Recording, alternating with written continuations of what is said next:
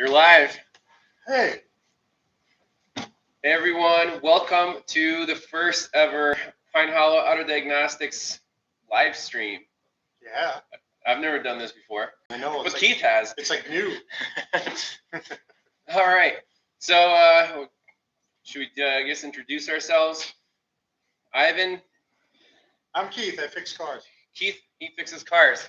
Keith is my really good friend and mentor. I think we have a lot of new subscribers on the channel that may or may not have seen the Staten Island Express videos, that series. That was from, was it 2016 all the way through 2020? It was 16, wasn't it? Wow, yeah. Yeah. So, like, I think I made 15, 16 trips to New York City to work with Keith. I guess we can go how we met and then why we're here now. First things first here, a sound check, though. Can you guys hear us okay? We'll keep on watching down there in the corner just to make sure that they can hear us all right. Yep. That's a good idea. Sound check? Because we are doing this. Yeah, that's perfect. This said. All right. Okay. Awesome. Thank you. Yeah. So the YouTube thing, what was it? I think in 2015, starting my own business in diagnostics, I was influenced by Eric the car guy. Then I saw Scanner Danner on that channel. I'm like, oh, this is cool. You can make a living with an oscilloscope and a scanner and knowledge and not do brake jobs and oil changes all day long. Very cool. And then Eric O, South Main Auto, I'm sure most of you guys know about Eric, stopped by his shop and he was just starting up his channel there. And I'm like, hey, you know, do you have any cars that, you know, are tough or giving you a hard time? And we did the Hyundai Tucson video with the, oh, we won't spoil it. Something to do with a camshaft. And what? then I'm like, wait, hold on a second. I gotta pause for 1 second. Yes, it's a green screen. They didn't say I have to put anything on it. It was just a green screen. We wanted to get fancy, like, you know. it is green. It's as green as it's gonna get. Yep. So that's how I'm like, yeah, YouTube, you share knowledge.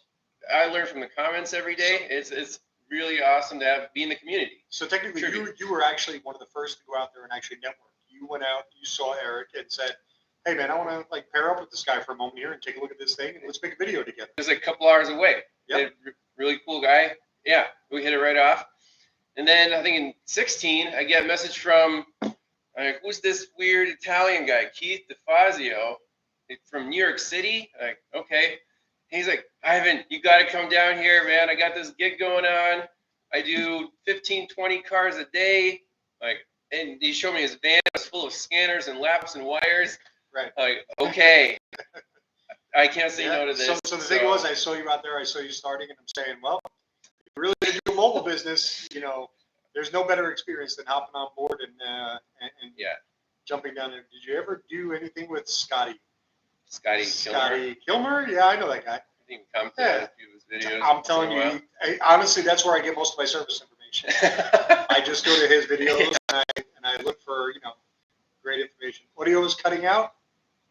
Uh-oh. Oh, my audio is cutting out. Oh, no. But you guys can hear him okay. We're using the same camera. Same camera, same mic. Scotty Kilmer is a hack. It says hack. Oh, yeah. Yep. So anyways, I'm like, all right, I'm driving to New York City, 4 hours away, bringing like SnapOn Varus, some tools. Let's see what this guy's all about. And that was just like completely mind-changing, you know, experience to see real professional mobile tech in the city, the hardest environment with like 300 shops on this island. And just to keep up with Keith, I mean, I was just tagging along, just trying to absorb as much information as possible. And I really give him the credit for, you know, jump-starting, you know, what I do today. Well, I appreciate that. I'm just going to quickly just take a look here too, because they're saying that the video is coming or the audio is going high, low. Okay. Sounds okay now, but sometimes it's just choppy. I'm kind of surprised by that. I'm not exactly sure why it's choppy. I'm sorry, guys. Keith has the best internet. Same camera. It's 2 gig internet.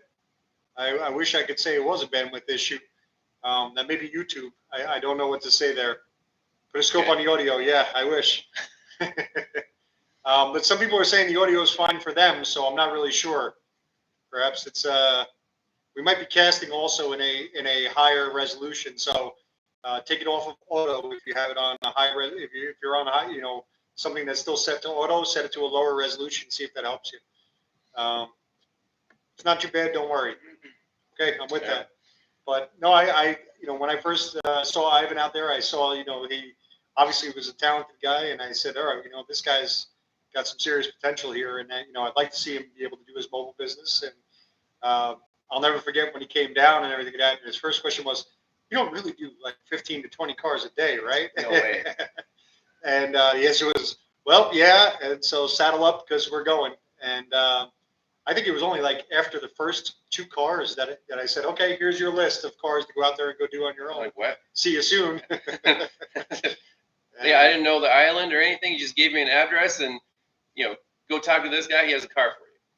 Will I put out any videos longer than 10 minutes sharing my knowledge this year? Yes. Yeah, there will be new changes in some of the videos that'll be coming out. And Ivan and I are here not just to fix cars. We have other things that we're talking about doing together, and getting information out there and helping everybody to start fixing their issues. And I'm just going to say fixing their issues, not so much car issues, but their issues, to help improve things out there. I think that's one of the things that we're going to be working on. Absolutely. Yep. That's what our channels are all about: sharing knowledge, sharing information, the thought process, and then hearing your guys' process. In the comments, they're like, "Why don't you try this?" Like, that's a fantastic idea. I've learned so much just from interacting and going back and forth. Can a test light burn a PCM? Only on Staten Island. Go watch the Honda Ridgeline video. I felt pretty low after that. So Keith had to cover it up. Yeah. Yes, test light in the wrong situation can absolutely burn a PCM circuit. Depends on what you're working on. Just know the circuit first, and then determine how. This brings up a good point. So, do you test your testing equipment? That's going to be, again, more information of what's out there. Godfather of the automotive diagnostic industry. No, I just fix cars. But I find good talented people, and I like to try to get everybody networked together. And I'll tell you truly that's to me the most important thing is having all the people that have the information to give work together with one another and really get things get the information in a way that it can be provided to not just other technicians but everyone. I mean, information is not something to sit there and hold on to. Secrets are not a good thing. I mean, that's the training industry. Some people are like that. Absolutely. Like you have to pay hundreds of dollars for shops in general. We went down to go visit a shop. Mm-hmm. Yeah, we went down to go visit a shop, and one of the things that you realize is that certain areas are still in the same mentality that every repair shop is in competition with one another. Big mistake. There should be no competition. It should be a network. And what did you say today, Keith? There's so many cars that shops should not be competing for customers or something. Absolutely. There's too many vehicles out there. And then what they do is they figure, well, I'm just going to get the bread and butter money, and I'm going to do all the brakes. I'm going to do all the exhaust work, and send everyone else to the dealer. Send everybody else off to the dealer because nobody has time for that. And so they create their own competition. So, right. But when you look around out there, I don't care what unless you're in some little podunk town, you look at any major city area or even an area like I'm in now, which is not exactly a major city. But if you look at the area there's just enough there's enough vehicles out there that it should keep everybody busy. And honestly, the people who network together are the ones that last. My honest opinion. The ones that fall behind because they're not aware that there's training, that there's more out there. That there's new tools, new scan tools, new things that can be in the industry. You don't want to be less to find out. So being in a network of people is extremely important. Yeah, technology moves so fast. Even since we did Staten Island Express, like now all this programming software is different, right? Oh yeah, it's all scanners are coming out. Like for $1,000, it was unheard of even 5 years ago to buy like the Think Tool or the Launch. I remember paying what $800 for some used. Remember that first Launch we got on Staten Island? Right. Like that was a cool tool, but Yep. it got outdated in a year. Yeah, like I think I have 3 of them over there. Yeah, You know, you should see Keith's scanner collection here. The whole garage is full of scanners. No, we're not doing a scanner. We'll be here. We'll be here all night. Yeah. Yes, I am camera shy. How did that change? I'm still camera shy. I don't know. I'm here talking with Ivan. It makes it easier. It was too funny. Those first videos, Keith is like, "Do not put my face on camera." I'm like, "But Keith, you're entertaining." I'm going for the Chris Fix thing. I want to be, you know, I'm going to be like the Stig and wear a helmet, and then I'm just going to open up a new channel and not tell anybody it's me. You have to say, what did you say? Soapy Wooter? Right. That's New Jersey. Yep. So, am I near Apex? Yes, not far at all. Cary area. So, Launch definitely is one of the best bangs for the buck. I agree, and it depends on what you're naming Launch. What is Launch? Launch is Think Tool, Think Diag, Launch itself. I mean, the software is Launch, right? And then you can put on different. It's a brand name. Hardware, be whatever. Yeah. Do I have a degausser like Bernie Thompson? I wish I had mine here. You should talk to my dad about that. He would definitely. He probably has one in the lab. Yep. Can you make one? He probably already has one. Can you make one? Can I make one? Probably, given enough time and resources. Sure. Do you do any diagnostics outside the house at the vehicle, or is it all remote now? Currently, right now, it's all remote. So mostly what I'm doing right now, working with Opus, is we do remote services. I take care of customers that are on the other end in shops, repair shops that have bought a scan tool, and it's not scan tool support as much as it is to help them walk them through the diagnosing a vehicle. So I'm telling Ivan today, one of the shops that I had was in California, and this is what really kind of opened my eyes and said, yeah, I would like to do this and give it a try. Was a shop that had a used car lot. A gentleman said, hey, I'm going to open up my own repair shop. I don't want to pay any more mechanics to do this. And he instead hired a mechanic. And in March of 2020, at the end of March of 2020, his new mechanic that he brought along with him passed away from COVID. So his nephew came in, who worked at like Subway or some type of fast food place, came in there and said, I'll help you, Uncle. And from the very beginning, he called in on the ticket for, I have a Ford that's not charging. I said, okay, do you have a test light? No. Okay, do you have a multimeter? No. I said, don't worry about it. We're going to get through this. And I made him a shopping list and walked him through. Harbor Freight. Yep. And that kid out there, Jonathan, if you're listening, it's he did a great job. He's been paying attention. He's been learning as we go along. So it's like schooling people as we go along. I think in this field, if you have a desire to learn and take notes, you can pass so many people in literally a few weeks. Test light, voltmeter, oscilloscope for certain things, it is essential.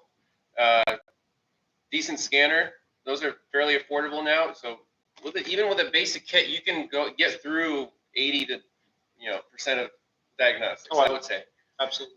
And the information is it's out there. I think I'm going to put together a video again. It was from a class that I did quite a few years ago, and there may actually be somebody in here that might actually remember that. I think only one person that's in here might have went to that class. Well, actually, let me answer this question. How did I take to all the transition down in North Carolina? In the beginning, I'm not going to lie. Here's what I came from. I went from seeing 1,000 people a day to moving in here on March 1st in an area, in an HOA, as you guys have seen by video, where there was nothing at all behind me. All those houses that you saw in the video, they didn't exist. So it was emptiness. And then the world went on lockdown. I was in cold sweats. I didn't see a human being. I went from seeing 1,000 a day to not seeing a single person. For a social guy from New York City, that must be a hard transition. Yeah, it was really, really interesting. Can you speak your opinion on Scanner Danner? What opinion is there to have? He does exactly what he does. He has great classes, things like that. Depends on the level of what you're looking for. You know, if you're looking for training, does he have a good training? Yeah, he does. Absolutely. You know, he's teaching. He's offering you something from a college class. I have nothing bad to say about Paul. Do I miss New York for daily work? Yes. I miss being out there on the cars. Yeah, working with your hands instead of coaching and people. The insanity of working from 5 a.m. to 1 a.m. I love that. You miss that, Keith, right? Heck yeah. Heck yeah. I still don't sleep. It's my problem. If I even try to go to bed before, like, let's say midnight, I'm losing my mind. I'll just lay in the bed and toss and turn because I should be out there fixing a car. My brain is still in that mode. You get up at what, 5, 6 a.m.? Yep, still, yeah. 5 o'clock this morning, I'm watching Top Gear on TV. Hey, okay. You know? Wow. How do I like the new job? It's interesting. You know, it's an experience like anything else. You know, I'm a person that gets bored easily. So like anything else there, you know, I never know if that's exactly what I'm going to settle on. People don't know me. Prior to me working on cars, that's not what I did. I worked for the phone company. I did IT work with the phone company. I was a maintenance line tester for the phone company. I did customer service for the phone company. I ran a call center for the phone company. Prior to that, I did siding and roofing, and I did installation and heating. So, you know, but I get bored very quickly. So there's many things I did. I ran a craft store, 2 craft stores, come to think of it. So yeah, I mean, I've, you know, like anything else, this is there. Keith, you helped me in the way with the Ford Transit for a few years back. Glad to help you.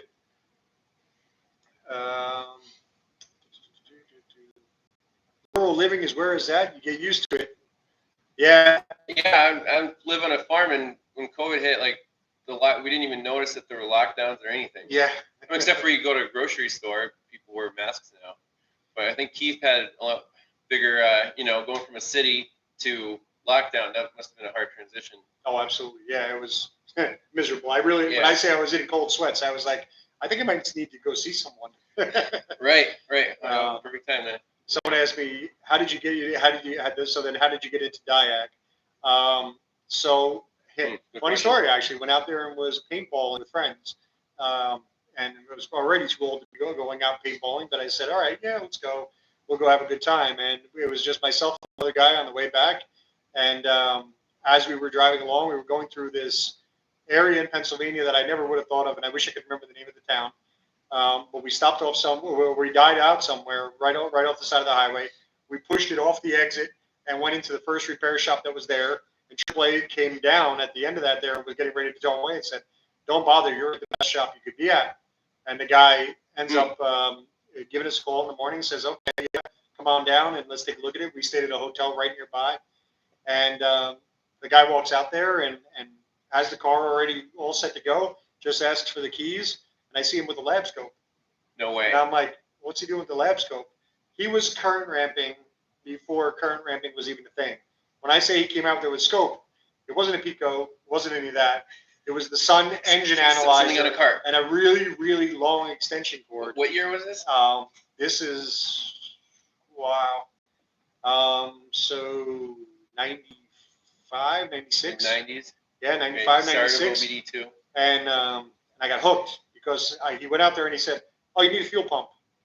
Now, you're like, what? I grew up around cars. I grew up around mechanics and things like that, but I never really thought that was the way I was going to go. I'm not a hillbilly. Cut that out. Anyway, so yes, skirmish, exactly right. So the guy tells me he needs a fuel pump, and I'm saying to myself, well, he didn't get out a fuel pressure gauge. He didn't do any of that. You know, all the things I had seen growing up. I'm saying, how do you know it needs a fuel pump? And he said, well, absolutely, this thing needs a fuel pump. He said, right here, you know, there's a bad spot right here. So he bumped the tank. And I had no idea. And he said, watch, I'll prove it to you. And he went underneath there and he beat it a couple of times with the hammer. And we watched his waveform, which meant nothing to me at the time. He said, you see right there? Yeah, there it is right there with the dropouts. Yeah, that's the problem. You know, this fuel pump's gone and then the fuel pump seized up. I heard it groan and go, and I said, well, wow, how the heck did he do that? And that was my trigger. I said, wow, that's, that was like my thing. Like, you know, there's a lot more to that. That sounds really interesting. If that's fixing cars, that's what I want to do.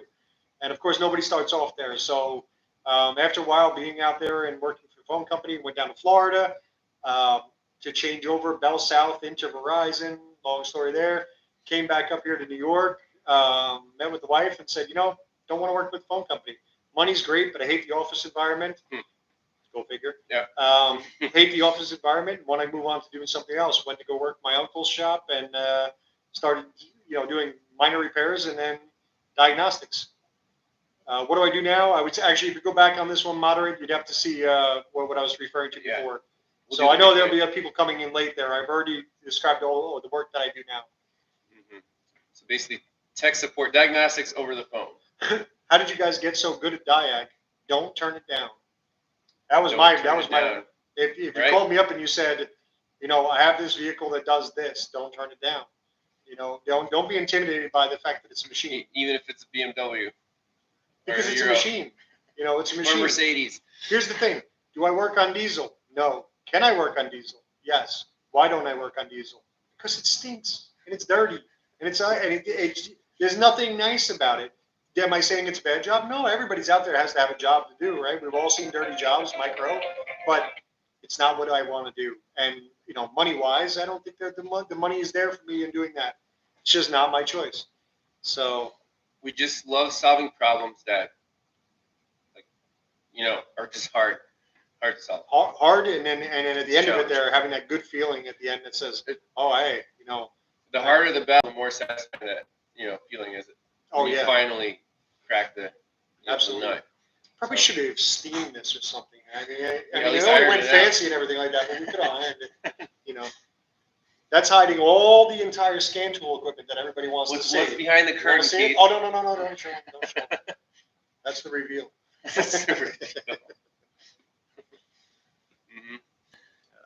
Yeah, so let's see what any other good. Yep. So they're saying, how do you see the future of auto diagnosis? Do you think EVs will provide nearly enough the amount of challenges conventional cars present? I think there's going to be a lot of. I think there's going to be a lot of different challenges. I don't think it's going to make it more reliable. If that's your asking. It seems like inherently the reliability goes down as the complexity, number of modules, etc., goes up. I mean, you've seen this, all the videos on the channel. This car has 27 modules and it takes 5 hours to do a parasitic draw test. On an old car, you could be done in 15, 20 minutes, maybe half an hour. So yeah, absolutely. And it could be Toyota. What do you think, Keith? Is Toyota like no problems at all? You get calls every day, right? Does Toyota have any problems? When did Keith? Yeah. Oh yeah. No, that was tons. I have to answer Mr. Perkins here. When did Keith know he was the better looking Keith? I mean, really? The moment that I got on camera. He didn't even want to be on camera. I did not want to be on camera. Perkins up there, L1 automotive training, by the way. Cool. Fantastic guy, fantastic tech. Also a member trained by techs there. He could be the better looking Keith today.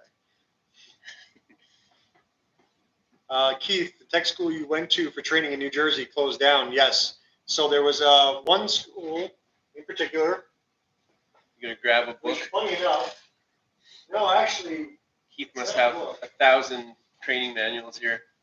Yeah, there's some issues there with my training manuals. I have too many. But he has no hand tools here. I brought my whole shop in my truck to do his brake lines, right, Keith? Yeah, and that was good. That worked out pretty well.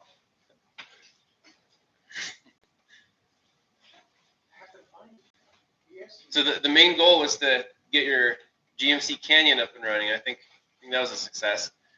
The Canyon was a big success. Yeah, I think we were both surprised and relieved that it didn't stall out with the new computer. That was a complete guess, by the way. Just to let you know, guys, that was a complete guess. We were just totally winging it. There was nothing there, no real testing.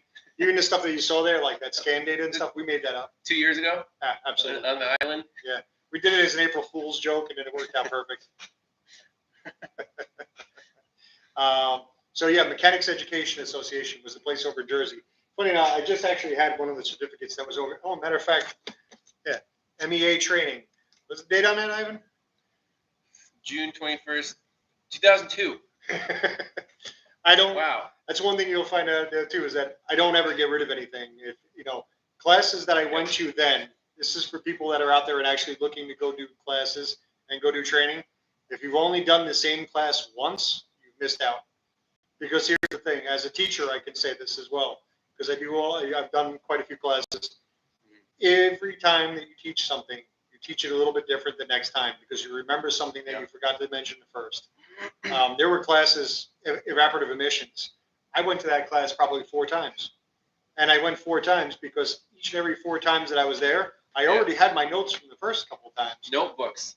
Yeah. How many people on this chat have a dedicated notebook for fixing cars?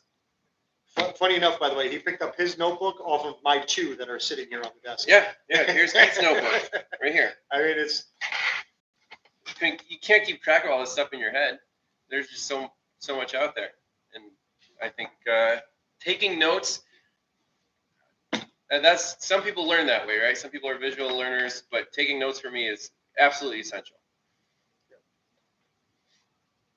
Let's see. I see Denny in here. He says, "Do you remember when we were in Chicago for Auto Mechanica? You called Ivan freezing Siberian because he couldn't handle the air conditioning." That was a true story. I don't do air conditioning. No. He sat in a class. He took his jacket and picked up his knees and had himself rolled up in a ball, just sitting there in the seat, with teeth chattering as he was until Bernie Thompson came up to answer another question that was up there. Bernie Thompson. When Bernie Thompson came up there, Ivan broke a sweat. So somebody else was asking, how do I feel about his testing procedures and his equipment? Bernie's Bernie. I don't knock anybody at all for their diagnostic approach. I mean, I think that there are some things that are, some people do things that are tests that I wouldn't do, sure. But did they get to the right result is really the answer. Did they prove the diagnosis 100%? Right. Bernie, I've learned tons from. In seconds, I could do this. I mean, you have to keep in mind he wants to showcase his amazing tools that he came up with and built. Here, you guys get this easy on me too. TST 11th big event. There's Bernie Thompson sitting there and doing diagnosing and fixing trim problems. So to answer your question there, Mike, the disgruntled mechanic, I saw you in here. Good to see you, by the way. Will I be at the big event, the TST big event? I don't know. That's a question I'm not really sure of just yet. We'll see how things go. There's going to be changes going on in my life, so not sure if that's we'll see what's in the cards later on. I'll let you know. You have my number. Call me. I think in general this field is changing so fast that even your daily schedule is like unpredictable. You're going to get calls on who knows what, and that's what keeps it exciting. That's why I love this job. It's not office job where you're working on the same project day in and day out. Every day you're solving new problems, new challenges, learning every day. That's what I love the most. Oh yeah, what about you, Keith? You can't get bored. See, that's why you love it. You can't get bored. Here's the thing. Any of the guys that you see out there that are like really good technicians, I'm quite sure every one of us has ADD. I'm convinced because we do this because we just can't. We don't want to be bored. We don't want to have idle time. We like learning things. We like touching things, doing things. So that attention deficit disorder and everything. I don't know. I mean, like we watched TV last night. I think we watched Top Gear and everything like that. The both of us, though, our attention span on it, I was paying attention to it and laughing to myself because we watch a little bit and then we're already doing something else. That's just the way it is. Love the scientific approach. Who's going to Vision? I guess that's for the whole crew. What's in there? Vision soon. You guys can figure out Vision on your own there. I will not be in Vision this year, though. Again, bigger changes that I'm going through right now to get some things done. I have some big projects coming. Ivan, are you moving to North Carolina? Not quite yet, but I do like the weather down here, especially when it's single digits up Pennsylvania. I was skiing and I was in 4-wheel drive, and then it was like I get down here and it's 60 degrees. Yeah. I've shed some layers. Yeah. Yeah. Although it was 19 here last night. I mean, it was -9 but during the day, the sun's shining all the time here. It's nice. Past driving me to drink more than I do. Automotive Dr. Wilson. Hey, you guys haven't seen this channel, go check that one out too. Not just learning, the challenge of proving. Absolutely. That's a great statement. I like that. You mind if I use that, by the way? So we were talking about the not just the learning part of it, right? That we enjoy the learning, but it's also the challenge of proving. Absolutely. Proving out everything, And proving that we actually did learn it in the first place, I guess, is another way of saying that. You know, Right. and that's, you know, we're testing ourselves. We're putting ourselves to the metal and saying, hey, did I really learn this as well as I should have? So in this industry, how often do you see a 100% guarantee in terms of as a customer when you're going to a shop or to a dealership, and as a tech or shop owner, do you offer that to your customers? It seems kind of rare. Like I have to do that to provide the service and make sure people come from hours away. I have to say, you know, guaranteeing this diagnosis. Right? Keith, that's what you operated on Staten Island. That's it. And that's it. You had to be that way. You had to sit there and say, I guarantee this diagnosis when I'm done with it. And that way, that instantly puts customers at ease. They're like, hey, this guy, he's not going to charge me anything if he gets it wrong.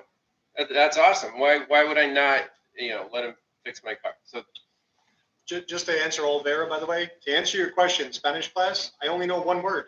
No. See? Oh, that's another word. Getting choppy again. Oh, no. It was good for a while, though, right? Sorry, guys. Okay. Smash that like.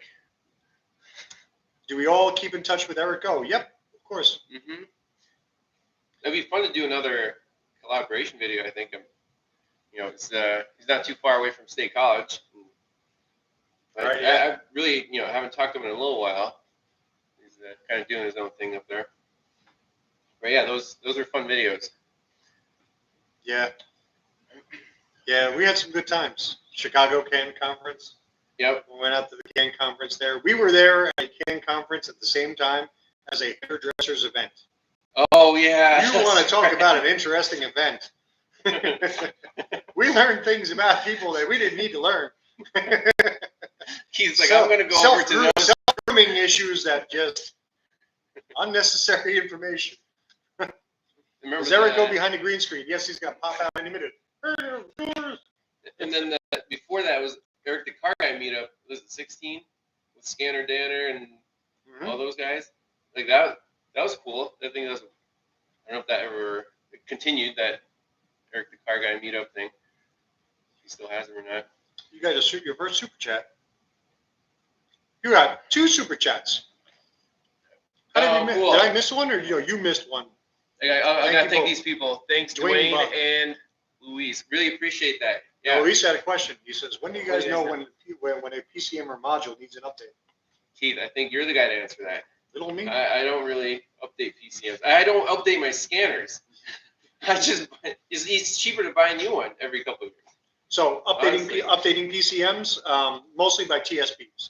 The technical service bulletins is what leads you there. So reading through the technical service bulletin, no, not just because there is an update, but does an update apply to a symptom that you have? Right.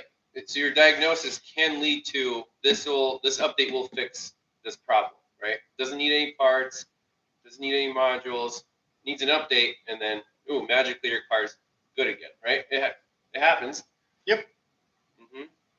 They want to know if you're going to fix Teslas. Sure, bring more. Did they have an OBD2 connector? Will the Think 2 Pro scan them? They do, and there is software out there for it. You do need a special cable. Awfultel has it. You can get a cable for that. Okay. Yeah. So I've driven one. It was fun. There was like a big iPod touchscreen in the middle, and it was pretty fast. Okay. Tesla now has J2534 capability. You can actually go in there and run a scan tool on there. Okay. Look at that, Edwin. Thank you, Edwin. Edwin was he bought a pressure transducer kit. Edwin, what do you think of that? So thank you so much for your support. And so far, I've only had positive reviews on the pressure transducers. Keith owns one of the original. Here, Keith, you have it on the bench over there. Keith was my beta tester. I have this one from 2019. I have the ultimate test was crushing one of these in his sliding van door. That one. Okay. I kind of made it. Yeah. This is a version, I guess, 1.0. Yeah. This is 1.0. This is 1.2. Yeah. This is May 2019. Yeah. Oh, that one still works. Look, 9-volt battery. Oh yeah, no, this one works great.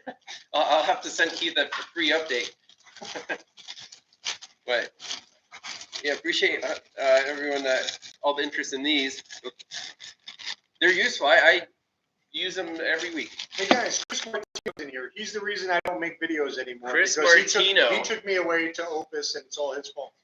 You guys can talk to him about that. Euro specialist, right? Yeah, Martino is a Volkswagen genius.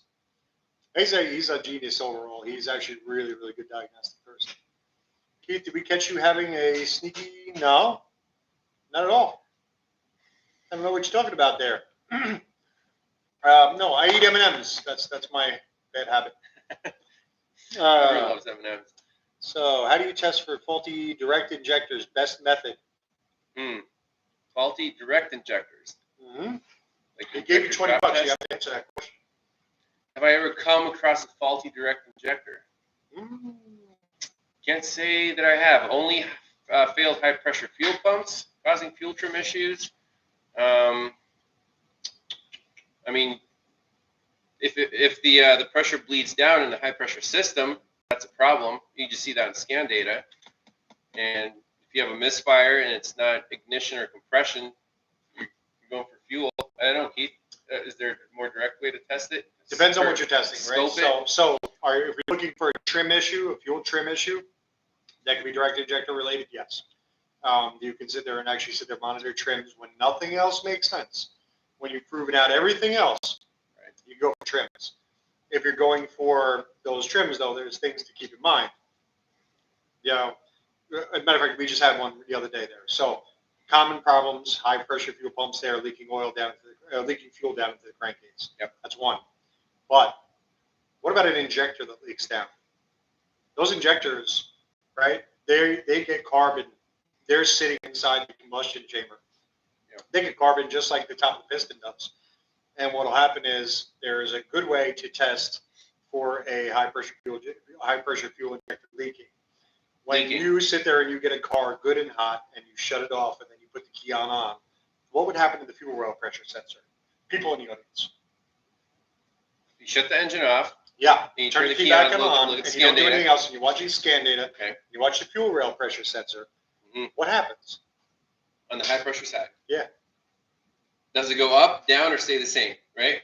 That's pretty much the question, right? Should climb. There we go. Why? Why would it climb? Garcia. Why? You get into goes up. Yep. We got people in there doing it. A little hot soak action. Absolutely. Yeah, getting a hot soak action in there, and you have it. Just because when we sit there, we think about these high pressure, right? We're thinking about this 2,000 psi that's sitting in the rail. Right. It doesn't fill the rail completely. It's just like anything else there, right? We have fuel in the rail. Is it completely 100% full? Or do we have a tiny little bit of amount of air there? After we sit there and we shut this thing off, is there going to be a little bit of a bleed back down there? So you get a little bit of a bleed back initially. Then what happens is, so you'll see the pressure just drop a little bit. If it's sealed. Then, as it sits there in the hot soaks, right, it starts to increase. Pressure begins to build inside there because it's sitting on top of a hot engine. On a good system. So a fuel rail, on a good system. If you sit there and you turn it off, you put that key on, you start to see pressure start to go down, you're leaking. Mm-hmm. You're leaking. Which way is it leaking? It's got to be from the injector. Can't be from anywhere else. The other end is a high pressure fuel pump, right? Mm-hmm. Could be going back to the crankcase. So is that on the sealed? If that were the case, you would have already had dumped fuel. You would have a low fuel pressure. You would have a low fuel pressure indication at all times there. You would have a P0087. Okay. Yep. Not to get technical with numbers, but they post that also. Lexus has both direct and regular injectors. Yep. Because of what reason? Bum, bum, bum. We looked at one at Staten Island with Corey. I hate that car. Remember that car? I hate that car. The fuel trims that on car one made bank no was sense. Made no sense. And then it would just stop. We didn't get an answer on that. No, right? because it would just go away. Didn't it switch banks then? Yes. And it made no sense whatsoever. Staten Island. That was one of those cars that just had the boogeyman was in that car. Yeah, right. And playing with things. So coking intakes, valve carbon, cleaning carbon. I love it. Yep, clean carbon. Absolutely right. Cleaning the back of the valves. right? We don't have any fuel that's coming down on there. That was a Toyota. Yes, it was. Yep, Corey knows. Corey is the one that brought us in to the one with the evil boogeyman stuff going on there. That was a Toyota. NASCAR mechanics ever call you? They never called me. Do you ever call you? Yeah. Nope. Nope. Hey, look, there's a Russian one. Иван, вы мастер наилучшего подхода. Спасибо. He really enjoys the videos. Bruce, thank you for your content. Bruce, thank you for your support. Appreciate it. Keith, what do you think are the most reliable vehicles now? What do you say, most reliable? Yeah. I'm going to change my answer from what I would say years reliable ago. in terms of getting you there, or everything else that's on the cars. Right. You know, all the electrical accessories and touch screens and all that crap. A bicycle. Bicycle. I hope for bicycle. Horse and buggy. And then my 1965 little Honda, 90cc. Yep. So cars that come out nowadays, honestly, I have to say, Subaru, Hyundai, Kia. Interesting. Hyundai, Kia, they have issues, but I mean, Keith is on the phone all day, every day, getting calls from shops on modern vehicles. Yep. Right. So on all you can get a good statistical feel for which makes have more problems. If he says Subarus and Kias have the least calls, that's the way it is, right? I think so. Honda and Toyota are no longer the golden child there. RAV4 with 430,000 miles. That's awesome. Yeah, the lean condition RAV4. Okay. Oh, that was you. That's awesome. Yeah, that car still had all its power. I was really, really impressed. How's my son Keith? Is he working for NASA yet? No. He is in high school though, and now when he talks to you, he's like, "Hey, Dad, how are you? Good to see you." His voice is completely different. Dakota man, really appreciate him. I'm humbled for all the support. Really am. I'm glad you know what it said.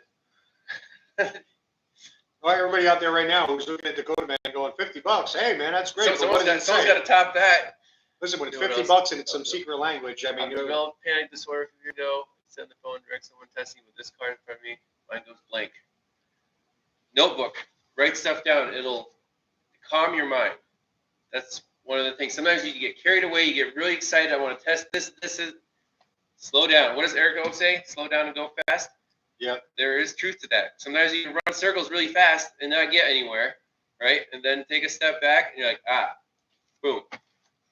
Yeah, it's true. It happens over and over again. Rev up your reliable car. Yeah, notebooks are actually a key thing. I mean, there is, taking down, not only, so when you have a notebook, right, what are you doing with it? Are you writing down all the tests that you've done, right? And when you've done that, did you go back and do them again after you made a change to something? I think that's important too, right? Did you go back and actually sit there and go in there and say, okay, I've made a change to this, but I need to go back and actually do this test again to be 100% sure. Sometimes if it gets really tough, I use a different color pen to say, wait a minute, you have to go back to this. This does not make sense, right? So they're asking there, do I think that the EV cars will ever replace an internal combustion engine? Nope. I think that we will have, when we say internal combustion, I'm going to say that diesel will outlast because there's just too much there to do. Keith turned teams off. I'm sorry. It wasn't intentional. Someone asked about Diagnostics and Bernie Thompson. What do we think? Fantastic. Fantastic guys. Subscribe to those channels. Great information. Diagnostics, European specialist. All he does is, I think BMWs are at least half his videos. I'm always intrigued. Oh, yeah. I get, a few here and there, but I didn't finish that story about vision. Is that Bernie, when Bernie came up there and he started doing the class, Ivan went from being ice cold and shivering to, all right, I gotta write all this down. I think he went through about 3 pens and the paper was starting to actually smoke because he was writing down so many flashbacks notes. of college lectures. Yeah. Like, oh man, this is gonna be great. When you fix the wiggle test, it starts to get the job fixed. Yep. Yeah, the old Keith tug test. I can't believe he still says that on video. That's what it is. It's patented. Keith tug test, Keith wiggle check. Yeah. Ivan, do you still have the Mazda van? Absolutely, it's just sitting there rusting away, but it has 4 wheels and it goes.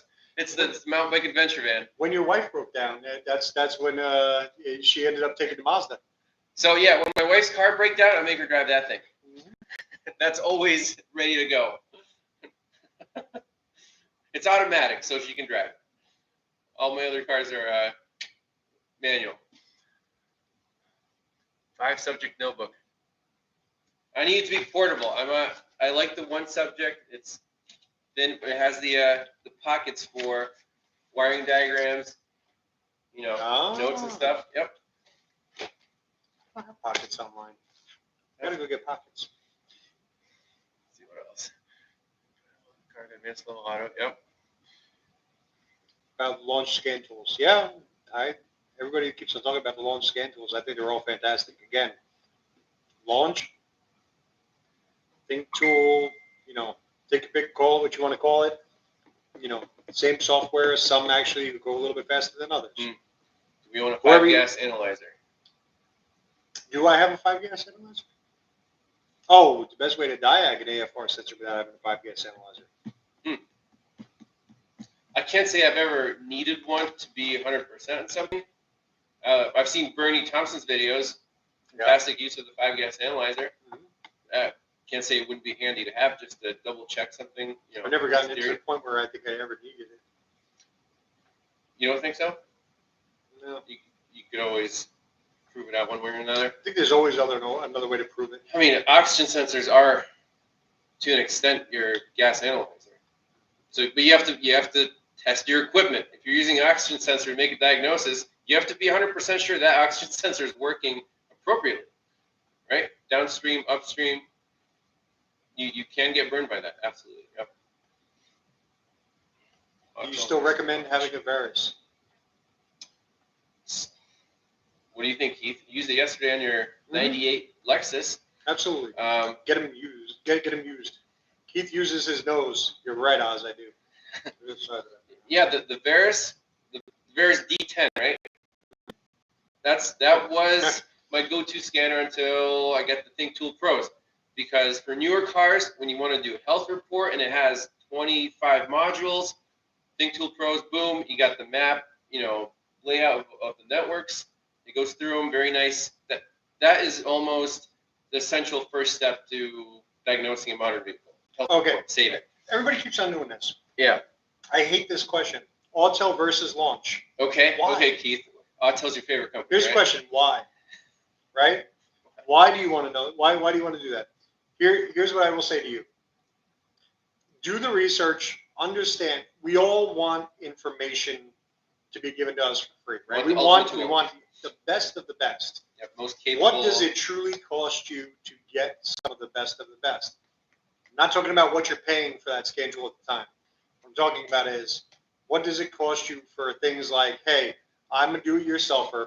I want to go out there and I need to buy factory service information for a day. Right. I got news for you.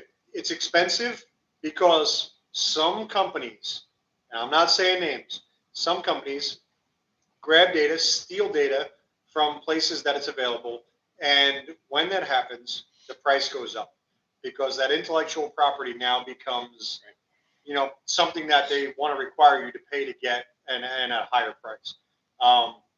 But yeah, it's just they were there, and know who was here first, and who was actually doing the right thing that didn't have the lawsuit. Yeah, and that becomes a pain in the ass for the users because now the original company has to change their ways. So to get ahead of the pirated version, right? So listen, guys, I can't. When I say Awfultel, I mean, and the name comes out now. Awfultel. I just like the launch software because it's faster on Fords. Yes, I have one.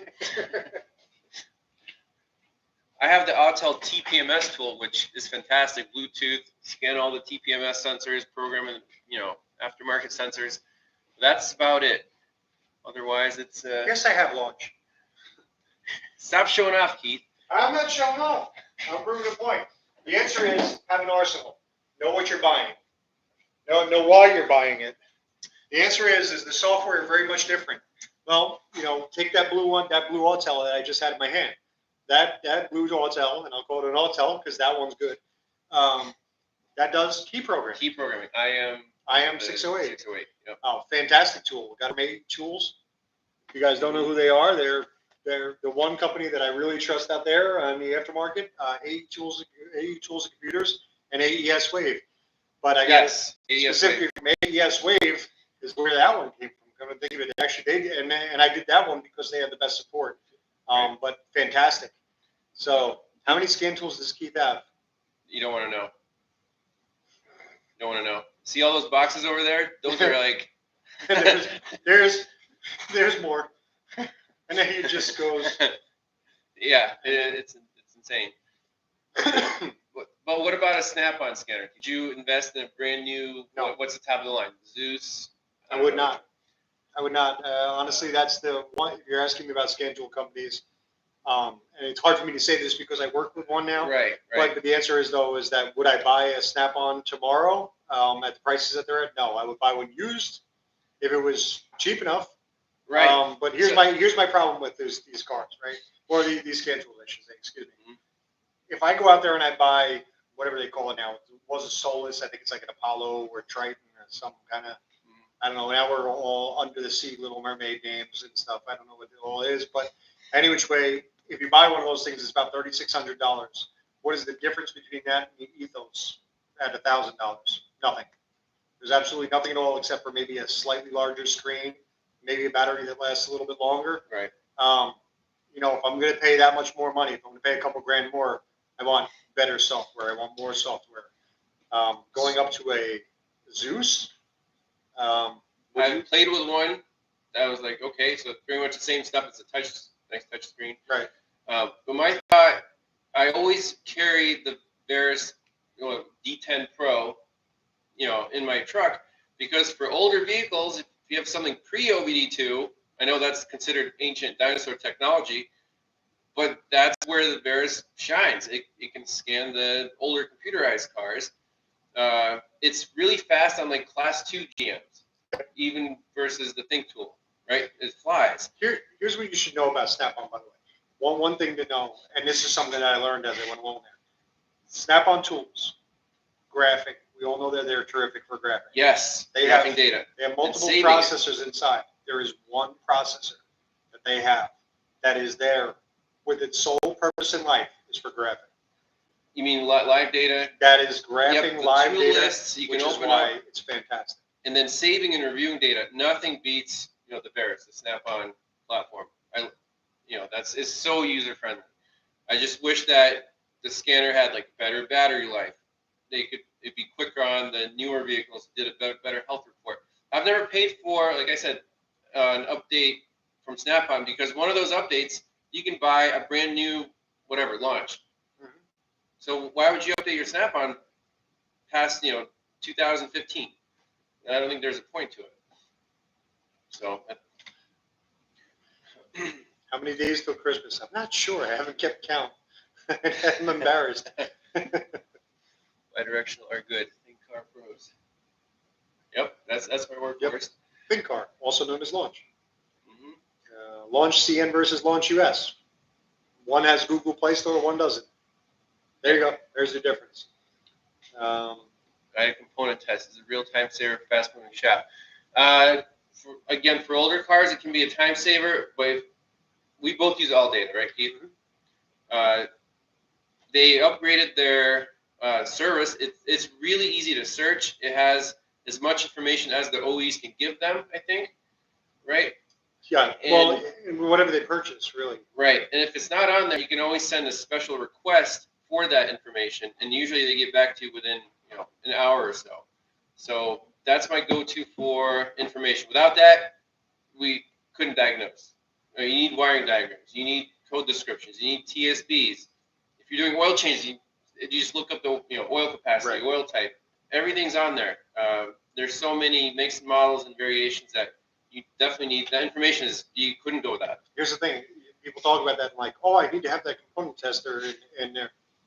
If you have the Mitchell and you bought Mitchell for a day, bought it for 2 days, guess what's in there? Component test. Right. It's in there. It's just not part of the scan tool. But do I need to hit the little button on the bottom that says view meter?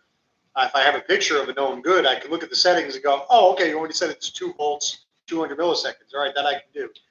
Yep. So the SnapOn component test meter is great for if you're learning the scope, like what do I expect to see? It kind of holds your hand and walks you through some of the basic checks, cam, crank sensors, injectors, ignition. Great for that. You can almost use it as a training tool, right? I found that very helpful in the beginning. Yep. Said all data good, but the USA one is way, way better. Yeah, and that's just, again, here's the problem. They're not pushing like we did down here. We have things that have gone to the congressional level to go after these people. Right to repair, I'm sure you've heard of. Right. Even if you are in the UK, they go after these people and they want, get us the service information. We put together things that really force them to give to us. So you could have the same thing there in the UK. What you need to do is really get everybody to man up and say, as a team, man up, not sorry, Kuba. But yeah, I mean, meaning as a team, though, they actually sit there and build together, groups that go up against the companies and say, listen, we need to be able to provide the best service that we can there. We have emissions related things. I know they're doing emissions in the UK. Provide us with that service information so we can fix all the cars. Mitchell versus all data. I've used Mitchell in other shops. Like, hey, this guy's Mitchell. I have all data. Let's compare it. As long I love that all data. They only used to have OE diagrams. Now they have both OE and redrawn. Mitchell, I think, always had redrawn. Yep. Right. So if you have both, why not use that? The more diagrams, the more information you have, the better. You can always compare. You can get lazy and just use the redrawn. I have a case study coming up. Won't want to miss this, actually, from this trip where I was kicking myself for not looking at the OE diagram. Let's put it that way. Yeah. And Keith is always a huge fan of the OE, right? Keith, why are you going to OE? Go back to one of the videos that he did with me on a F-150, Ford F-150 for a network diagram. Mm-hmm. And we looked at that one together there. And if you were to go by the aftermarket diagram, the chain of who can talk to whom. The network. That network layout, if you would look at the aftermarket redrawn one, you would waste time. Knowing what the OE one looks like and knowing who could be potentially wrong would cut your diagnostic time down in less than half. Mm-hmm. Am I still doing diagnostic work? Yes, but not out in the field currently. We want to. Things change. No offense, guys, girls, non-binary, whatever. That means if you're a hippopotamus, Cuba likes you. Just saying. Let's see. I still haven't dropped the hammer on service info. I still don't get enough cars in here to justify the cost. Really? So, if you can pay for the service info, $160 a month with one diag. So you must not be doing one diag a month. Is that accurate? Right. Why do you hate back probing? I love that question. Poke those holes, Keith. How do you explain that? Try both in the field and see how reliable the testing is. You will figure out that you're trying to save the wire. You back probe that PCM connector, and then you see a dropout. Now your question is, was it my connection or was the signal actually dropping out? If you can't trust your measurements, you're going to be doubting yourself. If you poke that hole, that connection is generally very, very good. So any dropout you see will be the actual wire. It's, AES Wave sells great flexible back probes. Those work really well in most scenarios, but sometimes you just... Here, this is the inside of a connector, okay? This terminal inside is flopping around. I come in with a back probe like so, I love it. And I wedge it in. Now it stays steady. Did you fix it? Did I fix the car accidentally? Okay, I'm doing visuals here. Yep. I cut a hole in the box. Just to answer your question, why do I hate back probing? Does that make sense? Yep. If I leave it the way it is and the terminal can wiggle around, I hope that helps. If you I do like to not go through the back probing, It's more intrusive. and perhaps create terminal adhesion when there wasn't one before.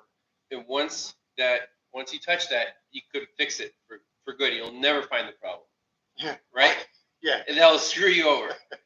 So you want your testing to be as least intrusive as possible. Even though you think poking a hole is intrusive, in reality, you're not touching connectors. You're not touching like harness clips. Just find a wire where it's already easier to get to. Just put your back probe or a piercing probe on there and do your checks. Okay, wait, I have to ask there, did you really not get it, or were you just trying to get me to do the hand pump again? Keith is waving. Yeah. Keith, where's your Trump sign in the garage? My Trump sign is actually not in the garage. It's out on the front lawn. Where would I send my child to learn to do what you were doing? I don't know an answer to that question. My child learn what you're doing. Like what, grade school or high school? Boy, that or after question. Education. If you want to get started early, yeah. Let's just say we're working on that. There needs to be some kind of more structured learning platform for sure. Right. Which piercing probes do you use? Pomona 6405. Yep. And when needed. Keith has them in his pockets at all times. When needed. Well, you guys are really. I mean, if you wanted to go shopping today, this is the way to go. This is Phil's probe. Oh, this is a short Phil's probe. I have a long Phil's probe. I have a medium-sized Phil's probe. This has a bed of nails. Isn't this Scanner Danner's favorite? Yeah. Again, through AES Wave. You can get them through AES Wave when they're available. Phil is a great guy. Phil Fortier. He's actually a great teacher too as well. But this is Phil's probe here, and it has just a little tiny bed of nails inside there. Look at how fine those are. I know you guys can't see them. I'm sorry. But look how fine those are and what they are. Now, keep in mind that the entire bottom of that whole entire metal rod that's in there is conductive. So you can grab a hold of it with anything that you need to. So it pokes like 5 holes in the wire? Yeah. Oh, hey, wait. Chris Martino just wanted me to tell you guys this. We were talking about back probing, right? He wants me to let you know this. He's been driving around his BMW that has terminal threading issues because he can't get a connector for it with back probes for about 6 months now. To fix his terminal threading. To fix it, right. I mean, this is a common thing. In the olden days, like especially when they made the round connectors and everything like that, people would go in there with toothpicks when the connectors would get too, when they didn't have a connector to do a repair, and you shove it through the back and hold that terminal in place. That was a fix. I still see data link connectors every once in a blue moon, and I sit there and I go, man, that looks a little bit cockeyed, but it looks okay. And then you look behind it, there's a toothpick shoved in there and snapped off. Keep it tight. Keep it tight. Yeah, it's just one of those, who runs AES Wave? That's George Benshew and Carlos Benshew. Yep, there's Cuba answering. Oh, thank you. I don't have the Phil's probe. I have the one from the Power Probe kit. I think they have the green one. Yeah, I know. With like a twist on. Yep. I think you guys all know what the Pomona 6405 is.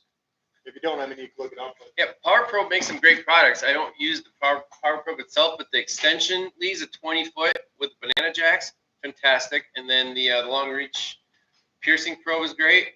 They have a cigarette lighter adapter, power and ground. That works great. Just you put banana jacks and everything. You can connect anything to anything. Test lights, test leads. There you go. I mean, it comes with a few probes in there, but no, they don't have the back probe on it. Is that the extension lead, or is it just a long thing that you attach to your battery? This is Trained by Techs, the group that we put together and everything like that. These will very soon become part of something special. You didn't see this. You mean not using it as a wheel chock? Not a wheel chock. That's actually more useful than the other tool. Right. With the magic button on it. So we still have to do a scientific review on the Power Probe 4, Keith. scientific review on the Power Pro 4. I'm going to do that along with other things. Okay. We have toys. We have more toys and more videos to create and things that we have to do there. Yes, there was an SMA sticker. Daniel Sullivan and Power Pro. Never heard of the guy. What does Keith think of the Load Pro? What do I think of the Load Pro? What's Load Pro? Wheel chock. Terrific. Wait, fantastic. wait, It did a horrible job. It wasn't even good at that. Sorry, guys. Emissions here in North Carolina. Yep. I think they're talking about this thing, Keith. That thing?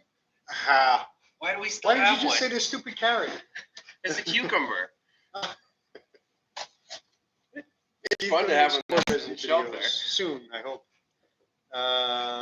You talk about the ThinkTool Pros versus Autel. I don't have the Autel, so I love my ThinkTool Pros. That's all I can say. Both great Autel's tools. very capable, yeah. Both great tools. Listen, here's the thing. If you're a do-it-yourselfer, right, there's benefits to either or. Both will do the same. If you're out there and you're a professional and you're in the industry, my answer to you is yes and yes. Yep. There are just simply things that one will do that the other one does not do. It may not affect normal diagnostics, but you need it all. Will likes that. It's oh yeah.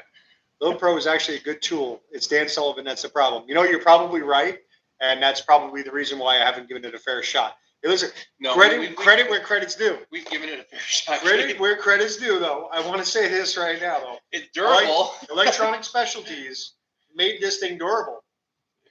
It got driven over. It's still there. It has a working button. I mean, do I see the diagnostic value in it? I think there's better ways. Still, and I'll try not to go through all that. Yeah. What am I going to move? It has banana jacks, adjustable load, and has smaller. What you put in your diet kit? No, you just have a bunch of test lights with banana jacks. That's your adjustable load. Here's the thing. All right, so you're going to test your load, right? So if you're testing loads and you know exactly what that value is, if you have a test light, I mean, know what it is. Know what your test light is capable of. What bulb is in there? We just looked at a book last night. We were talking about back and forth about a few things. And at the bottom of a book in the ATG, a great training group, at the bottom of it there, one of the things that they had was, here's some common test light bulbs and how much amperage they pull. If you know what that is, do you really need to have, one solid value? One value, one resistor is nice. No, I'm not going to cut it. Look how big this thing is. Not everything carries the same amount of current, and there's a time and a place for everything. Right. Does it have a place in the automotive industry? It could. My toolbox. Like you just have a button, but you don't see this thing working. Well, the test light is beautiful because you see it working. You can almost use it like an oscilloscope. You see a flash, you won't see a voltmeter reacting that fast. Right. The light bulb is faster than a voltmeter. I have 200 milliamp, 300 milliamp, and then the two brake light bulbs, which can go up to 5 amps. That pretty much covers everything for powers and grounds. That's all you need. This made a similar type 2 with the AVO meter. Yep. Wow, an AVO meter, huh? You guys never worked on 24-volt systems? I have. Not many. I don't know about you. Basic. Couple semis. There's a lot of Russian truck drivers in my area, so I've looked at a couple, but no videos. Advanced Level Auto is a really good channel as well. Yep, Eric is good people. Mm-hmm. That's the other Eric. A little shorter. Down south somewhere. Yeah. Texas? Mexico border. Mexico border? Okay. Yeah. You guys have got me soldering leads to light bulbs. Absolutely. You make your own. It's fantastic.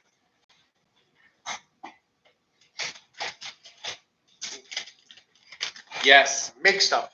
Amazon store. Get these. Put them on everything. Make stuff. Yep. It's not fancy. And some people even did good videos on how to put them together. Matter of fact, there's a Honda fella out there with the leg. I can't think of his name now. Anyways, he's a great guy. Yeah, I like his channel and everything. He sat there and even he figured out like sometimes these things when you first get them, you kind of sit there and you go, well, damn, I went a little too tight on that one. You break a few. You toss them in the jar. They're cheap. You take Yep. them, you buy them, you build them, you make them, and that's They it. work great. You know, this is what should be on the end of your Tesla, and then decide what you need on there. A piercing probe on the end, the crocodile, so on and so forth. Honestly, I never thought of this until he brought me one. I modified his Harbor Freight test light with one of those banana jacks. What did you think of that, Keith? You put an alligator clip on it. You can plug it into, the ground that you already have. Yep, that makes a $10 test light. You took the $4 test light, Right. the $6 connector, and you're good to go. Mm-hmm. Let's see. Harbor Freight Power Probe. No, never tried it. There's a Harbor Freight Power Probe? Uh-oh. Keith's going to do some research. You can't just bring stuff up like that. The classic reach around. That move comes in handy more often than you would think. Can catalytic converter be damaged by intake cleaner products? I don't know, Keith. You ever tried intake cleaner products on a catalytic converter? Not yet. Paint thinner, I heard, is a great thing, though. Yeah. I think I saw it. Rev up your engines. Got to jump out of the garbage can, right? Yeah. Got to jump up and have little things pop up over here in the corner, like, Acetone. Yeah, acetone, paint thinner. Harbor Freight sells the Power Probe 3. Okay, that's good to know. I'll tell you, if you send to me Power Probe 3 or Power Probe 4, that much I'll give you. 4 is certainly a better device. Depending on what you do. If all you're doing is sending power and ground, 3's fine. 1's fine, for that matter. I don't care. I don't see much of a difference, honestly, between 1 and the 3. My personal opinion. I would absolutely say, though, that the 4 is a better device, for sure. Scotty is raking it in, though. Man, more power to him. Actually, He's entertaining. There's a video. There's actually Frank Buckus, a good friend of ours there from Frank Boots from Wrench Nation. Excuse me. He just did an interview, and he usually interviews professional technicians in the industry. He did an interview with Scotty Kilmer. Watch it, or listen to it, I should say. Your opinion of him is probably going to change a little bit there. He's not afraid to tell you that he does a lot of fluff. He does exactly what he does, and he makes money. He's a businessman. So someone said Eric O's vice grip for ground connection on his test light. Yep. If you're working on some rusty Northeast vehicle, or any vehicle for that matter, just take an extra minute and hook up to battery power and battery ground with your test leads extension. Then you can go anywhere and have reliable testing. Yep. It will save you guesswork later down the line. You can use it for your scope, for your voltmeter, for your test light. I've just learned that. If you try to take shortcut, like I'll just put on the door jamb here. Like, can I trust it? Did it move? Did I wiggle it? Sometimes you lose connection. If you're doing real testing, then just go to the battery. Bernie Thompson style. He says, for reliable testing, we're at the battery. That's right. it. So. Yes, Leonard, thank you, by the way. Yes, one-legged Honda mechanic. That's the name of his channel. Good guy. More power to him, and he doesn't slow him down. He works. I like his channel. Scotty's a fluffer? No way. Rev up your engine. Absolutely. Yeah. Do you need a powerful laptop to handle Pico software? Nope. This is my workhorse. I do everything. I even do video editing on this. $400 at Best Buy. HP Pavilion. It can handle the Pico for hours. The battery life is great. I have no complaints. Touch screen, no issues. So that's my recommendation. So here's my thing I'm going to say to you. And we looked at this yesterday, if you remember, up here when I was actually working. Mm-hmm. If you have Pico 7 running on there, I highly advise that you look at how many of your resources are being consumed. I'm still at Pico 6. Yeah. I'm going to stay there because it works beautifully. Yeah. Until they force Pico 7, if you're using 7, I'm going to suggest that you go a little bit more, 16 gigs of RAM at least. Let's put it that way. Really? I think Was so. that what bogging down your computer? It was what was bogging down my computer. And you have like a desktop, right? I'm powered up over here. I'm or pretty this your good. laptop Yeah, no, that's here? the laptop, but that's a work laptop. That's pretty darn good. It's an i7. It's you know, it's pretty hefty. Wow. Is Keith Big Daw's brother? I don't know who Big Daw is. Sorry, guys. Yes, I buy laptops for $100. I buy lots of laptops for $100. You're absolutely right.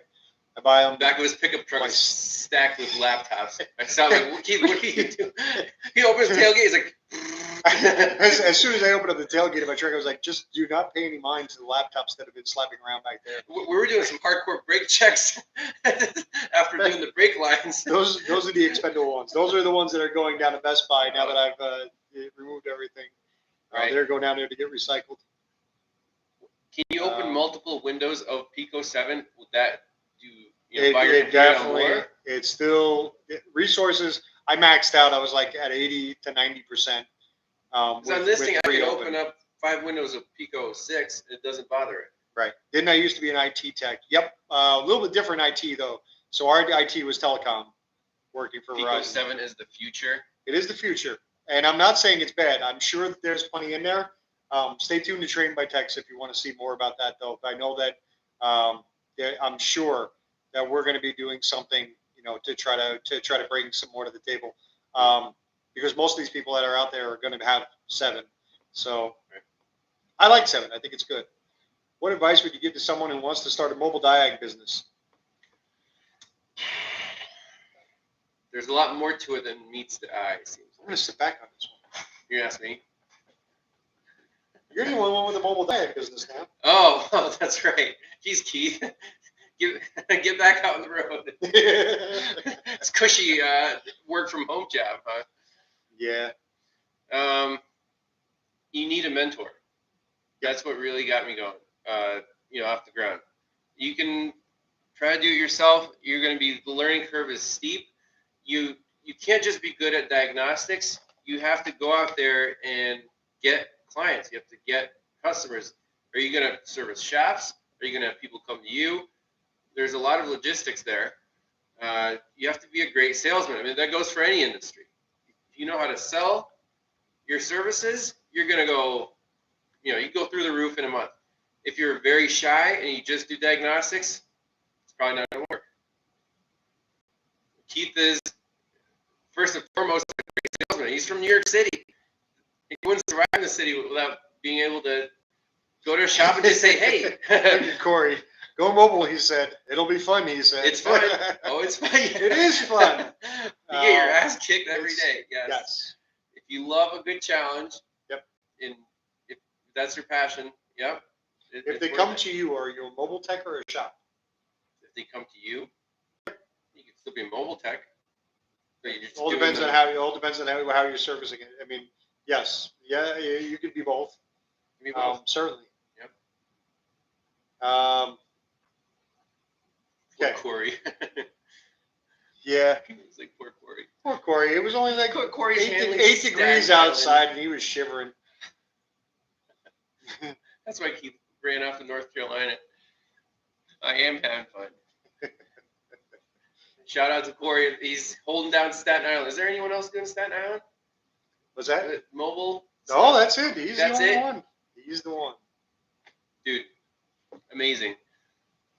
He's the one. He is now the Highlander. There can be only one. No overhead for mobile. Yep. That's arguable. It depends on what you do. If it's just diagnostics, you can get away with a few, good scanners, scope. If you do programming, ask Keith. OEM subscriptions are not getting cheaper. Right. Did Corey take over my route? Most of it. Yep. If you're mobile, do you charge a show-up fee for like a plumber? I mean, you're kind of agreeing to the fact that the car is there waiting for you. When you get called in as a mobile guy, 99% of the time that car is there waiting for you. Is it ready to be worked on? Different question. If I get there and it's got a stone dead battery and you're not willing to put a battery in it right away, see you soon. I'm going to charge you more. Mm-hmm. Yeah. Lots of things. Zero overhead without shop, considering all the insurance, subscriptions, tools. Right. And also it depends on where you are. Some places you cannot be a mobile shop or mobile repair business without a brick and mortar. And you still have garage owner's insurance. So insurance. what's your overhead? What do you consider overhead? Now you have insurance. Well, you can insure your tools when they're in the shop, or you could choose not to and just let that ride on building insurance. When you're out there mobile, if you don't insure your tools, you're an idiot. I'll say it flat out, you're an idiot. Because there's just anything can happen. You know, your car gets smashed. Your car could get smashed. Somebody breaks in and tries to steal whatever it is. Whatever the case is, I mean, it just happens.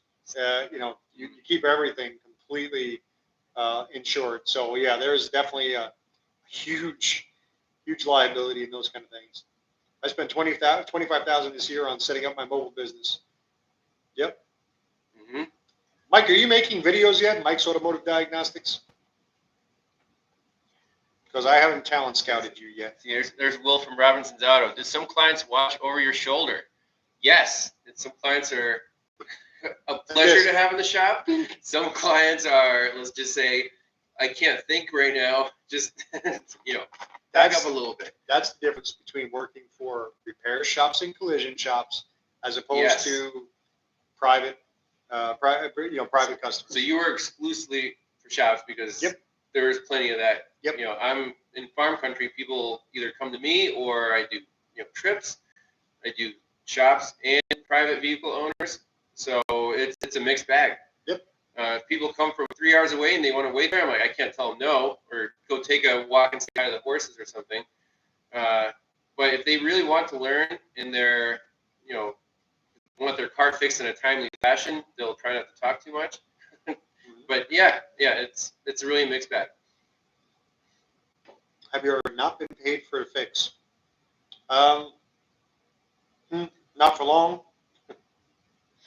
I had a nice Jeep. I had a nice Subaru. I had a lot of nice cars. Funny thing is that it seems as though every time the person wants to not pay, they also happen to have cars for sale. Don't know why. Maybe it's used car places. I'm not pointing them out, but I'm just saying. You mean you end up owning the car? Well, you know, the funny thing is, they all have a title drawer. They all have a drawer that has a title in it. And they also have the keys hanging up on the wall. And, you know, possession is, well, anyhow. So, you know, there's been a few times there that I've gotten new cars. You mean new? Yeah, new. Like, and they can have them back if they pay me what they want. You know, what they owe me, but whatever. Yeah, we usually don't pay more than $500 for cars, right, Keith? I don't think Ivan bills his customers enough for hours. I mean, you're right, Bart. Great question. You mean I should bill more per hour? The answer is. I mean, the inflation's gone through the roof. Like, you can raise prices. I go to the dealer. I'm like, oh, you're charging $130 an hour just to do like something simple? Maybe I should raise my rates. $130 an hour? That's it.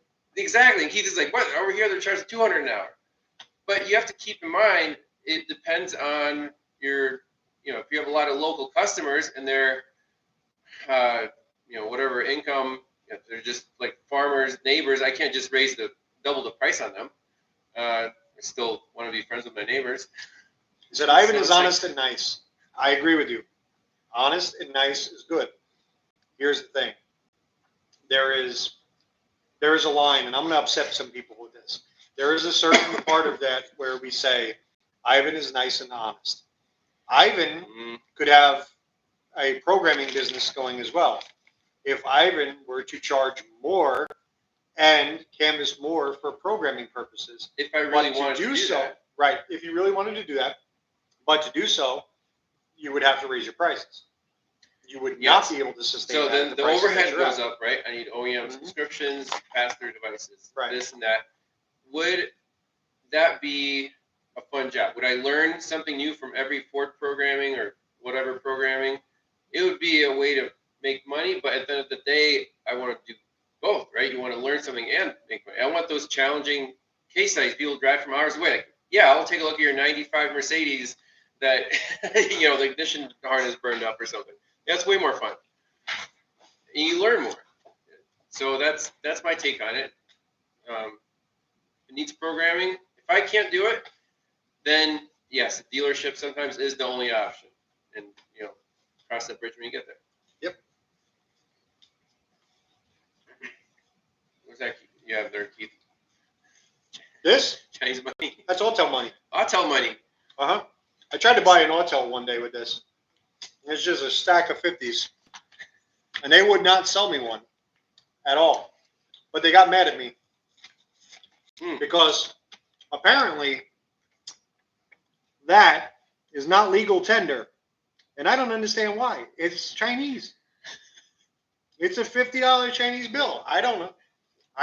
That should be there. Yeah, they got mad at me.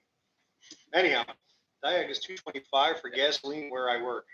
Yep, that's about right. Any thoughts on absolute pressure transducer if a person can't get WPS 500? Say again? Absolute pressure transducer if a person can't get a WPS 500. I know a guy that makes them. Watch it. There's a separate playlist on my channel that says pressure transducers. Go there.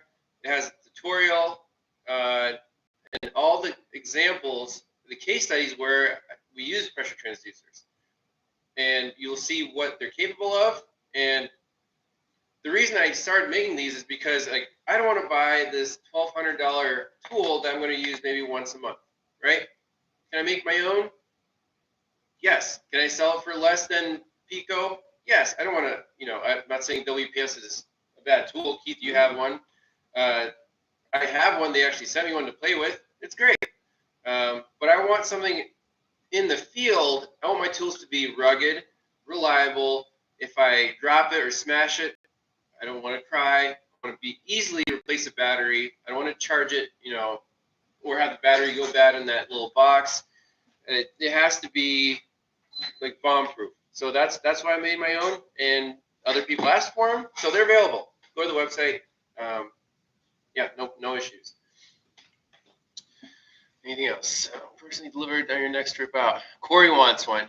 All right, Corey, I'll sign it. What's your background? What was your previous day job? Ooh, okay. So if you remember in, what was it, 2018, I started an actual day job for an engineering company in Pennsylvania. It was for predictive maintenance for industrial plants. And this was, you know, a small company. They came up with these little vibration sensors with a magnetic base. It had an antenna. You put it on something, anything that vibrates, motor, you know, a bearing, conveyor belt, and then it would send that vibration data up into the cloud through a receiver. And then I was in the office. I was a vibration analyst. Got my was it the Cat 2 certification? Leave it alone, guys. Leave it alone. It was really fun. You get to see, you know, stuff vibrating any plant across the country. I was on the automotive team, so went to plants like Fort Wayne, Indiana, where they make the Chevy Silverados. We put sensors on their equipment, and we could see live vibration data, you know, 24/7, and tell them, hey, you know, this motor is looking really bad, or you have an out of balance fan. Go check it out before it blows up and stops your whole assembly line. You know, this is big money for these companies. If that assembly line stops for a minute, they lose thousands, if not, you know, $1 million. It blew my mind. So that went great for a year and a half. And a small company of 100 people working with giants like GM, Toyota, Ford, other, you know, pulp and paper like Georgia Pacific, huge customers. We're a company of, you know, 100, I think got up to 200 people, our own software, our own sensors, the hardware, and the analysts were bombarded. You know, the accounts are growing. One plant might have 1,000 sensors in it, and we didn't even have like a good system where we could set the alarm level and it would have like a dashboard. We would get an email with like, hey, this went to alarm. And you have to go check it. Like, oh no, that was a false alarm. That would eat up so much time. It was exponential. I'm like, we have to improve the system to keep up with this stuff, make it more automated so the analysts could, you know, do more value-added work instead of sifting through emails. So I was kind of like stressed out. I was also doing some car work on the side. You were stressed out. You remember that, Keith? Oh, yeah, I remember very well. So I was like, it wasn't the Ivan we all know. Yeah, and it was just like, guys, you have to improve this. So I kept pushing for it, like lightly at first, and gently. I made presentations like it would be so great if we could have this in the software. And apparently, I stepped on someone's toe, and they didn't like that. And Keith can tell you it happens, and that all politics gets in the way. You're trying to make it better, and then they tell you, no, we don't want you working here anymore. And my initial reaction was like, okay. It was kind of like, woohoo, freedom. If you guys don't want me here, then that's too bad. Because I really enjoyed it. It was a fun job. Got to go into the field, see how cars are made, talk to plant managers, people, they really appreciated someone there on their level, connecting with them, seeing like, how can we help you guys catch faults? Loved it. Customer interactions. So really enjoyed it while it lasted. Unfortunately, politics got in the way, so now we're just doing the diagnostics full time. Plenty busy with that. This is why Ivan's going to be doing picoscope NVH classes to answer micro automotive diagnostics. Cool. Noise, vibration, heart. I have to review my vibration training manuals. But yeah, that was a cool job. Look at that guy. No, it's Ergo.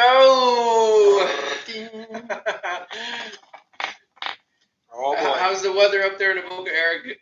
Is it below 0? in the Salt Rust Belt. Ergo in the house. That's awesome. Cold AF. Yep. I bet it is. Salty. Definitely salty. My car's still salty. I'm the only salty car here. People are like, why is your car all white? Let me explain something about North Carolina, okay? And like the South in general. You're a bunch of sissies. You guys are selling used cars out here. A 2005 Toyota Scion, like Toyota little Scion XA or something, XB. They wanted 13 grand for it. I nearly fell out of my chair. I'm like, we could buy 5 of those in New York with a little bit of rust and have 5 of them for that price. You're out of your mind. Why is it so expensive? Because there's no rust. You see, in their cars down here, they last. And all that stuff up north, that turns to dust. Just want to say there, what was that guy's name there who did the fuel tank on that canyon? Watch West work. Watch West work. 439,000 miles. Yeah. Just as rusty as mine. So we needed to fix the fuel tank. Woo-hoo. It was a lot. Big deal. I'll take that for a $500 car all day long rather than paying $15,000 for one that's down here that doesn't have rust on it. Whoop-de-doo.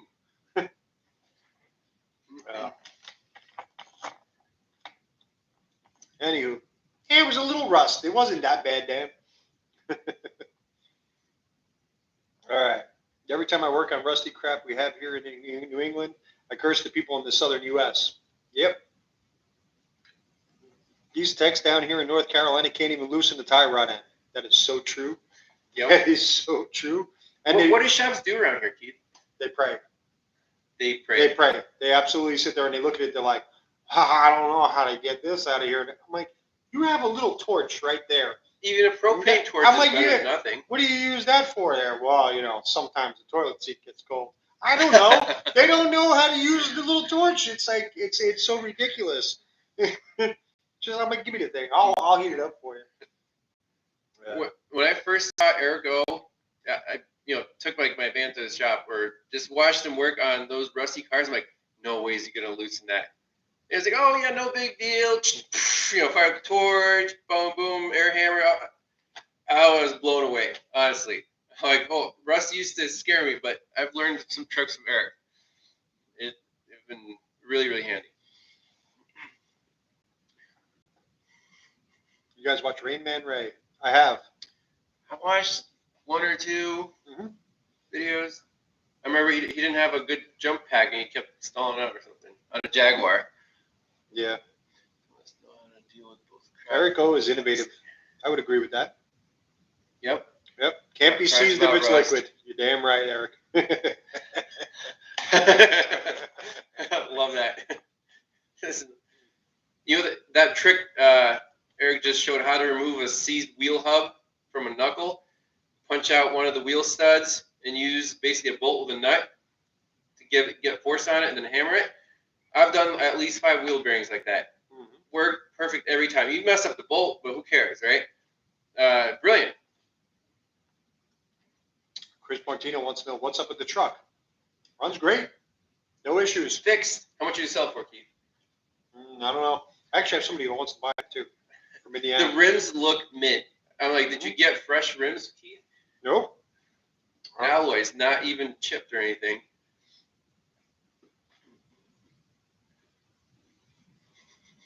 Melting salt water in your mouth. I'm in Tech, North Carolina. My torch gets used all the time. Nothing like the blue wrench. Corey, where are you? You got to be out west. You got to be. Either that or else you're in an area like maybe Cary, because that's Cary, C-A-R-Y, apparently stands for Essential Area for Relocated Yankees, as I found out after I got here. So, do I still have the Mystique? Yeah, of course. Yes, he has the mistake. I was going to drive down here, but Keith needed all the tools for his, brake line repair, so we had to take the XL7. Timing belt change is part of a tune-up. It needs it. Gibsonville. Northwest, yep. Kannapolis, yep, you're out west, I think. What do you think? He's having a process instead of just diving in. Ooh. You know what? If you have time, try both.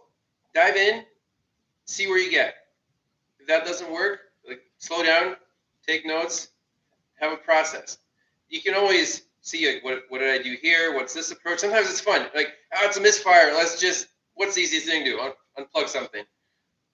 You still learn, along the way. Maybe it didn't work. Maybe you disturbed the connector. Now you can't recreate it. I don't know. But if it has to be guaranteed and you're doing it on a time limit, then yes, the process is key. I think you would agree with me, Keith, right? Yes. Hands in the pockets. Yep. What's step 1? Visual inspection. Visual inspection. If you see 3 wires going to something that should only have 2, there is a problem. Is there a video coming on fixing Keith's truck? Did you guys not see it? It's already up this morning? Yep. It's done. It's fixed. It's there. Truck is good to go. It doesn't work. It's broken. You can't hurt it. Yeah, well, you can't hurt it. Because if it's broken, the parts can hurt. Yep. Are you guys going to get more involved in the ADAS? ADAS. That's more up your alley, Keith. Yes. That's the answer to that question. I'll leave it at that for right now. There's more to come on that soon. Man, I was so busy that my mom's Volvo. Yep. Volvos don't rust.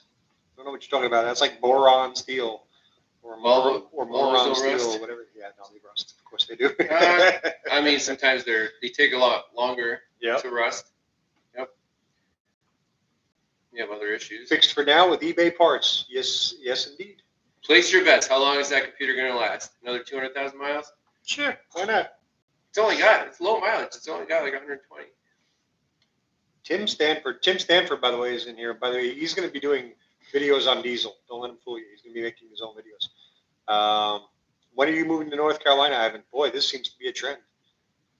There's some awesome mountain biking in western North Carolina, up towards Asheville, Blue Ridge Parkway.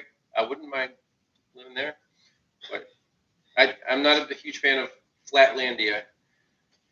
Will Robinson, how dare you? I mean, it says if you see a bulge, there is a problem. I stood up once in this, and I mean, let's not bring to light anything you saw. Jeez.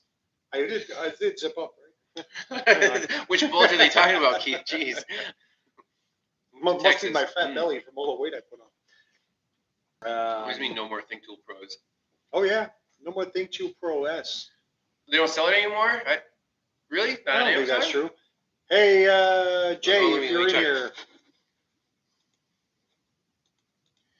Jay can answer that question if anybody. Let's see here. Scanners.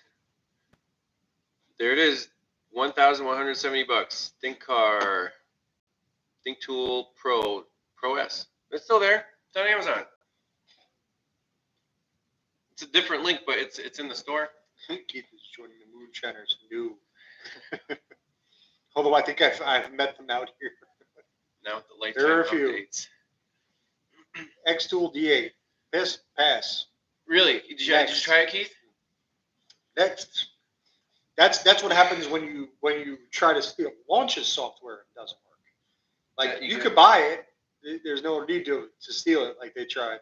They actually just sent me one to play with, and I'm like, okay, first of all, it's not Bluetooth. It's a wired scan tool, which are getting kind of a little, outdated. So for a few $100 more, you can get a nice Bluetooth scanner. They do have some features. Apparently, you can program keys better than, just a regular launch. I haven't tried that yet, so I don't know. We'll see. Like little tools, like just the little ones that they make. Yeah, that's what you they do stuff. They do stuff. Yep. I have a video on showing how to use a pressure transducer. Of course, like I said, go to the playlist on the channel. All the pressure transducer videos are in the playlist. I even went to the trouble of organizing all the videos so far on the channel. I was like, holy crap, there's 700 videos. By not just by make, but also by category. So like no start, that's a playlist. Or drivability, that's a playlist. Accessories or brakes, steering. Go there, check it out. If you have a specific problem, it's more well organized now.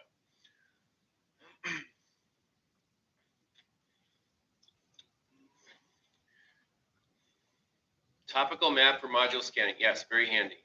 Absolutely.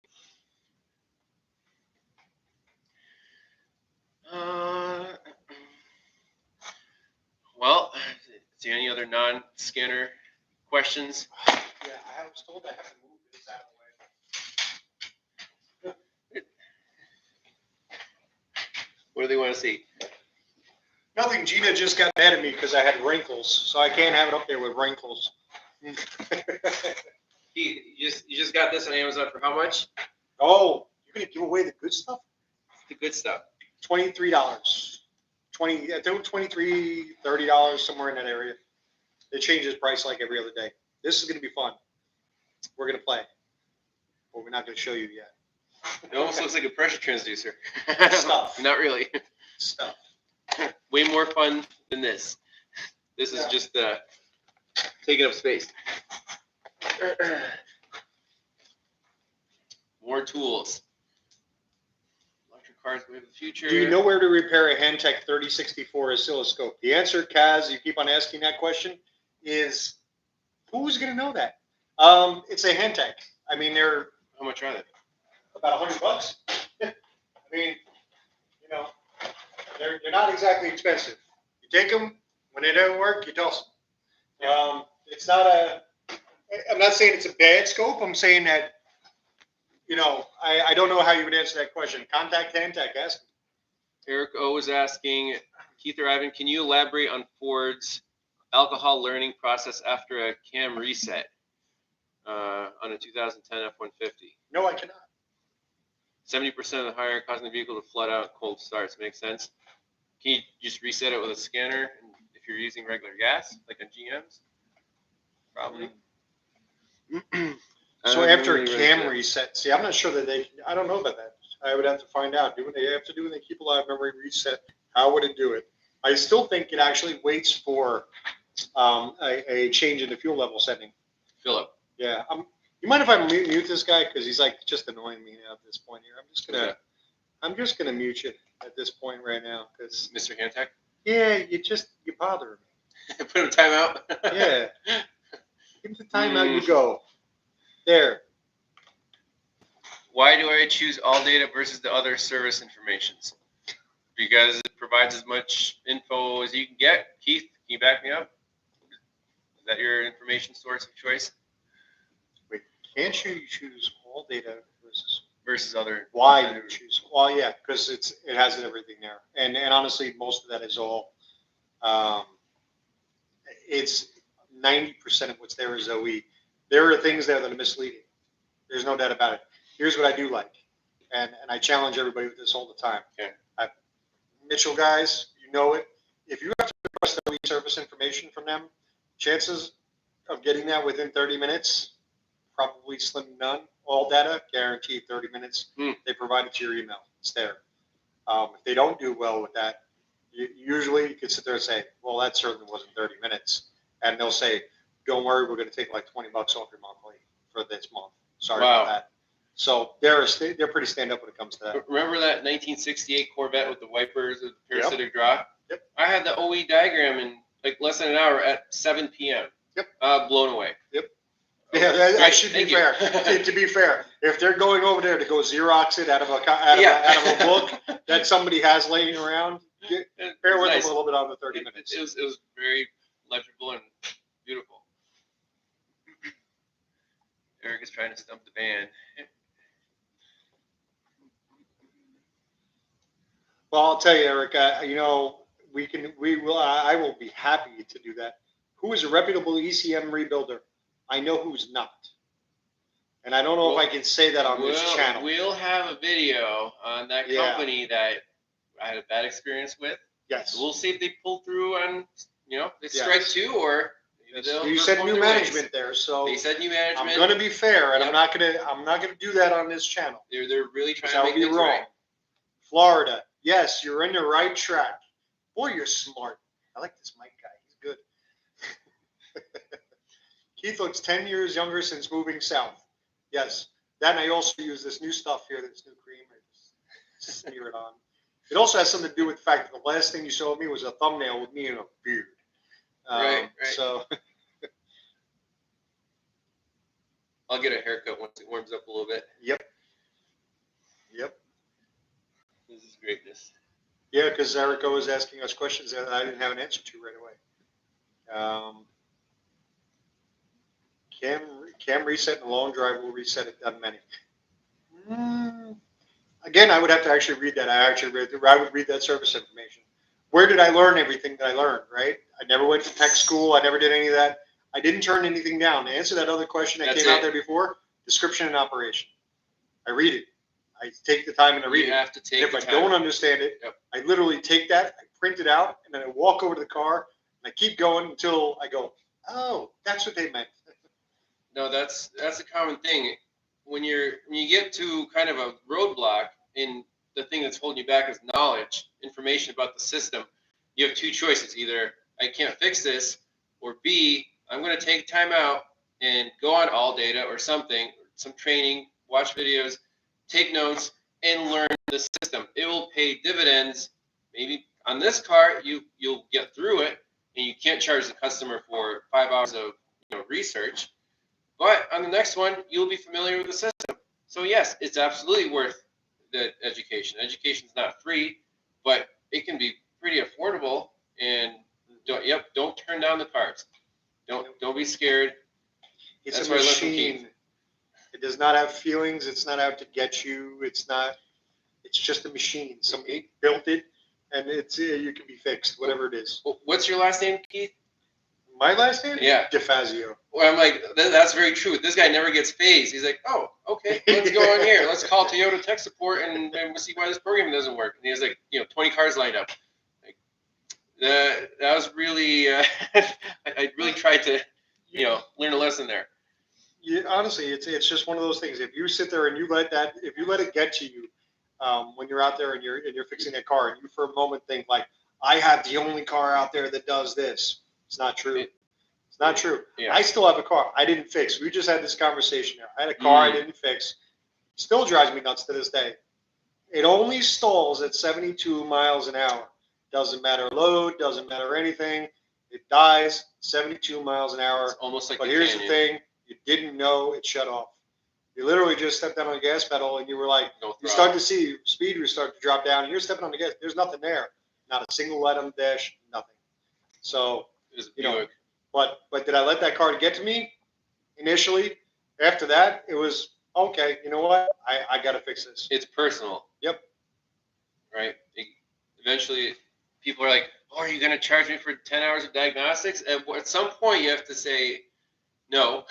I mean, you charge them for the hours that it took you to get to somewhere, and you have like a progress report, and then from there, you have to make a decision, like how many more hours could it take? Do you have to do more research? But yeah, those challenges, if you get through them, it will make you a better diagnostician, hands down. Yep. Kaz said thank you for the answer. He came back out of timeout, and he feels better now.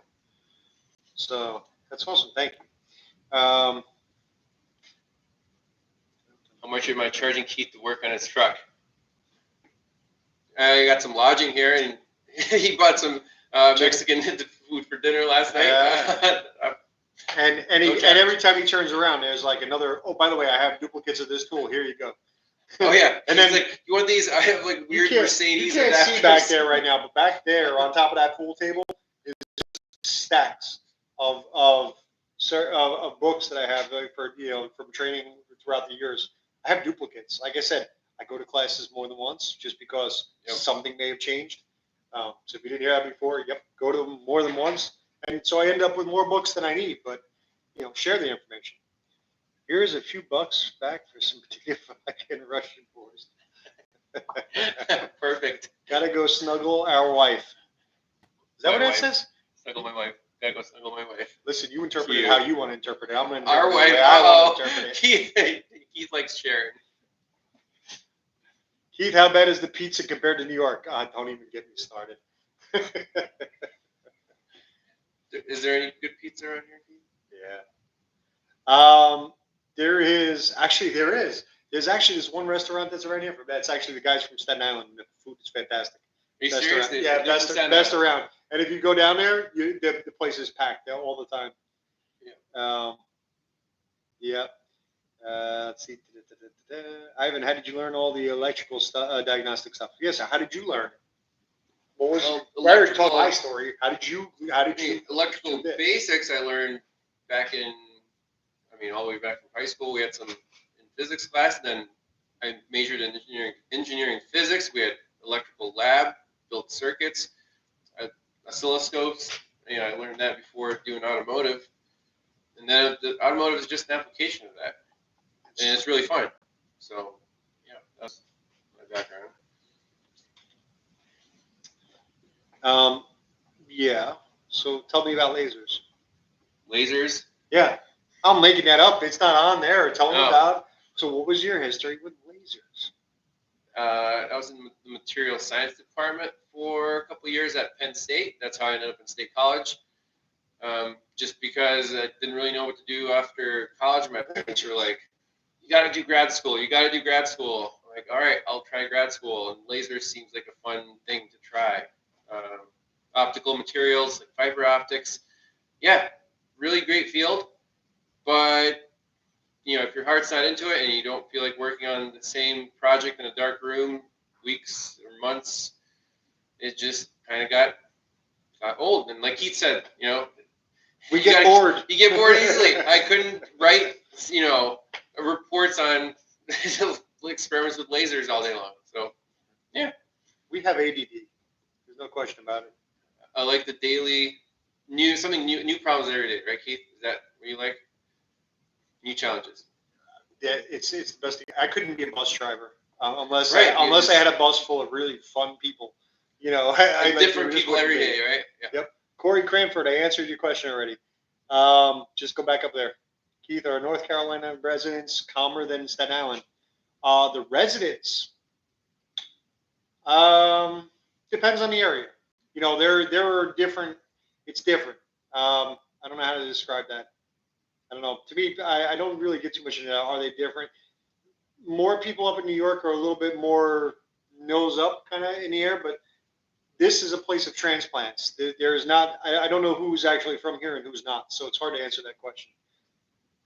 Yes. Fixing stuff is fun. Absolutely. Especially when it's no parts required. Yep. That's really fun. Hi guys, I noticed most shops do not use O-scopes. It's a good observation. That's why there's a demand for it. So if you know how to use one, do it. Yep. To the guy, by the way, with the hand tech there, I'm going to suggest that if you're going to pay $650, go for something name brand. And I don't care if it's Alltel.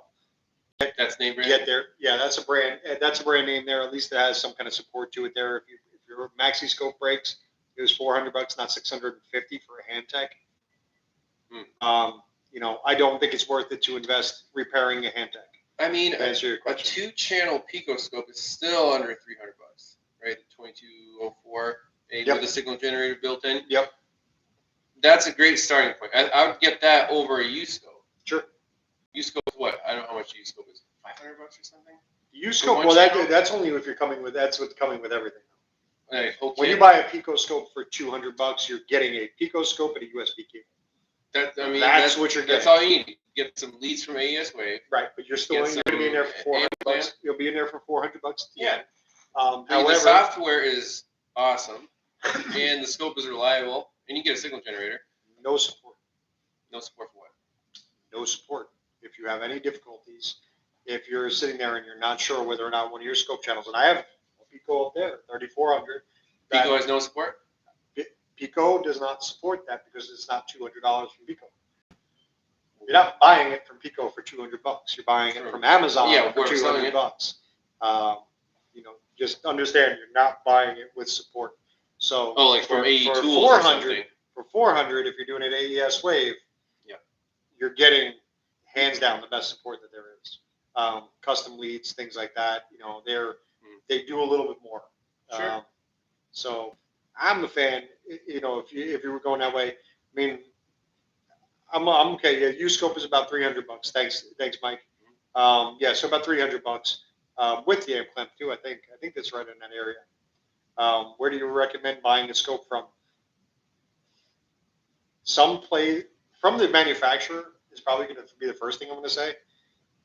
I feel like if I want to have something that's there and I have something that it's an investment, you want some kind of support. If there's an internal scope ground issue, right? I don't want to find out that hey, I bought it from Mingling Fufang and I can't return it to what's he going to do for me? Oh, we send you 3 more? No, thank you.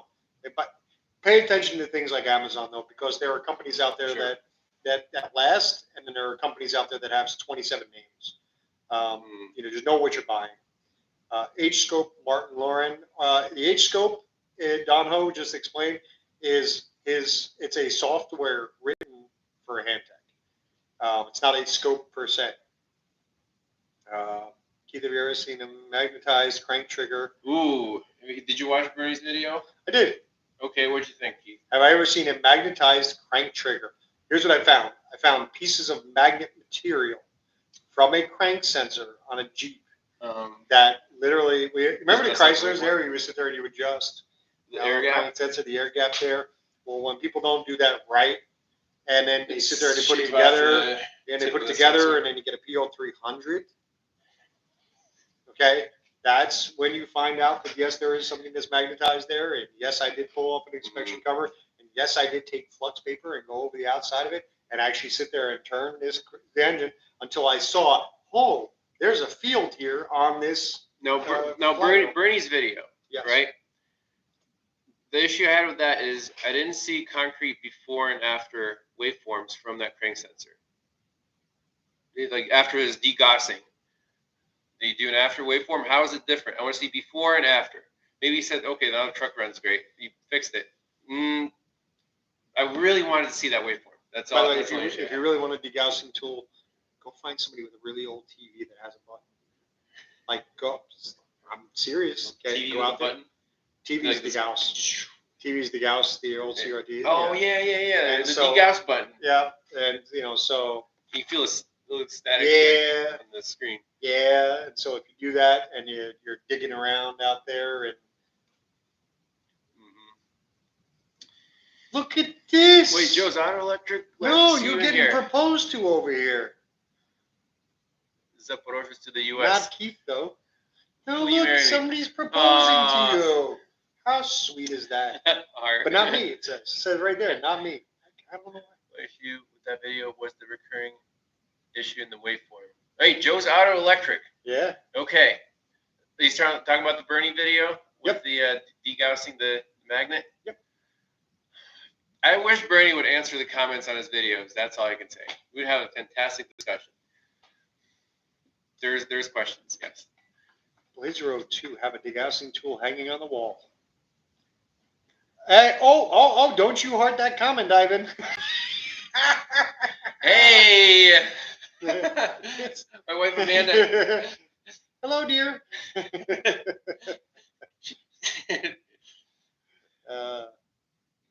Hey, there's Josiah from Blue Skies Mobile Auto. What's up, Ivan? I Hey. still have a customer with a Benz that has a crank sensor problem. Well, next when it warms up there in New York, I can come up and we can do that one together. She said hello, boys. She didn't just say hello to you. Keith, remember that Nissan Rogue when she got stranded? I don't. Guess who No went to idea. rescue her? I was out of town. He was the hero, so. I started getting questions about what were you doing in the town anyway? Wasn't it so convenient? It was only 10 minutes away. Yep. I was being good. Thank you. Why your demeanor change, Ivan? Because now I got, Yeah. moderator. Obviously. I'm in New Jersey. New Jersey looks like snow forever. I'm an old school tech. Do you have much for SAE hand tools anymore? Or is everything metric now? Still have a Mostly set. metric. Yeah, but I mean, I have a set, but that's only because the metric stuff gets a little bit rounded off. Yeah. Most of the time you can find a metric socket that'll be close enough for SAE. Colorado, the E-Drive seems to have a lot of rust on the frame. Is it still safe to drive? Uh-oh. Is it still safe, Keith? No. The system turns pretty hard yesterday. Don't worry about nothing. Alignment's still Go good. ahead and drive that thing. What's the worst that's going to happen here? It's going to break? What's the worst? Yeah, we'll keep the live stream recording on the channel. Absolutely, sure. Yeah. We're actually at the 2-hour mark right now, and I gotta go mix the sauce. Keith is making All some right, spaghetti some dinner. Is it sauce or gravy?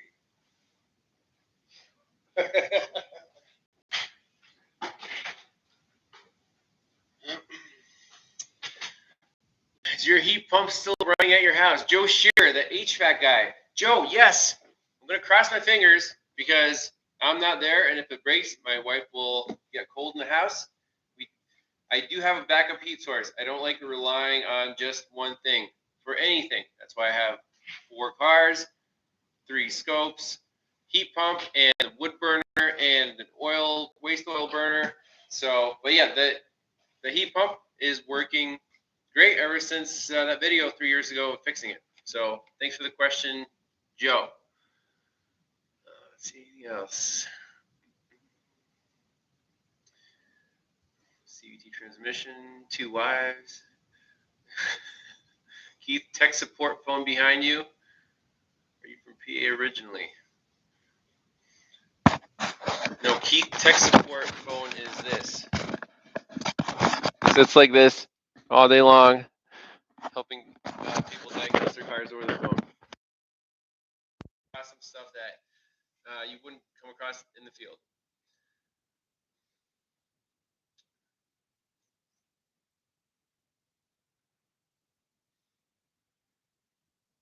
Fuel trim on Toyota Matrix. Don't remember that one. MAF sensor. Gas for backup.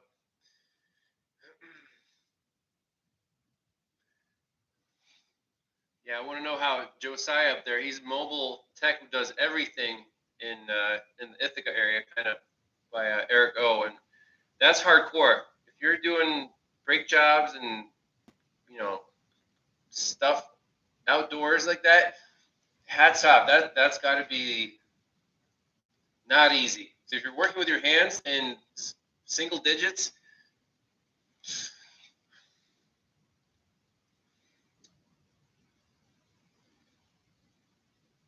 Headset smoked the audio sound. Uh-oh. Can you hear me now?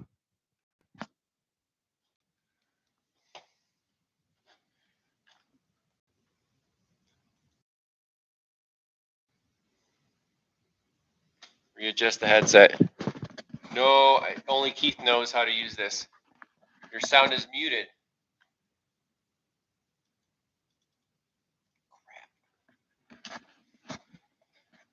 Be right back. Very loud. Your mic is on Keith's headset, okay? Audio's from the headset. Is that better? Keith, somehow the audio switched to your headset. What'd you do? I don't know. I just picked it up. Not muted. Well, say hello. Here's Keith all day long. So, actually, our dinner is ready. It's been over 2 hours. Yep. I think. What did it change? What did you change? I have no idea, dude. What did you do? I leave him for 2 seconds, guys. Nope, they can't do that. Oops. Don't do that. I almost broke the stream. Yeah, Sorry, everybody. So the only thing we can do now is hit the end stream and post the stream on the channel. I wonder if that's why they were having trouble hearing us all along. Were we talking to that little microphone rather than that microphone? Great sound when you had the headset on. All right. Perfect with the headset. Can you guys hear him right now? Can you guys hear me or just Keith? Well, damn. Now great sound with the headset. Okay, next time we're going to have 2 headsets. I have 2 headsets possible? too. We can do that. We will do that. Scope All the right. mic. Scope the mic. Yep. So, all right. I want to thank everyone for joining wait, us. here. Close it out. You're going to close it. And we're going to close it. We had an awesome time. Thanks everyone for joining the live stream. We'll have to do this again sometime soon, right, Keith? You up for this? It was just me that had a hard time hearing. Well, because the headset was like right here. So I think we'll sign off for now. And we got a lot of case studies to post.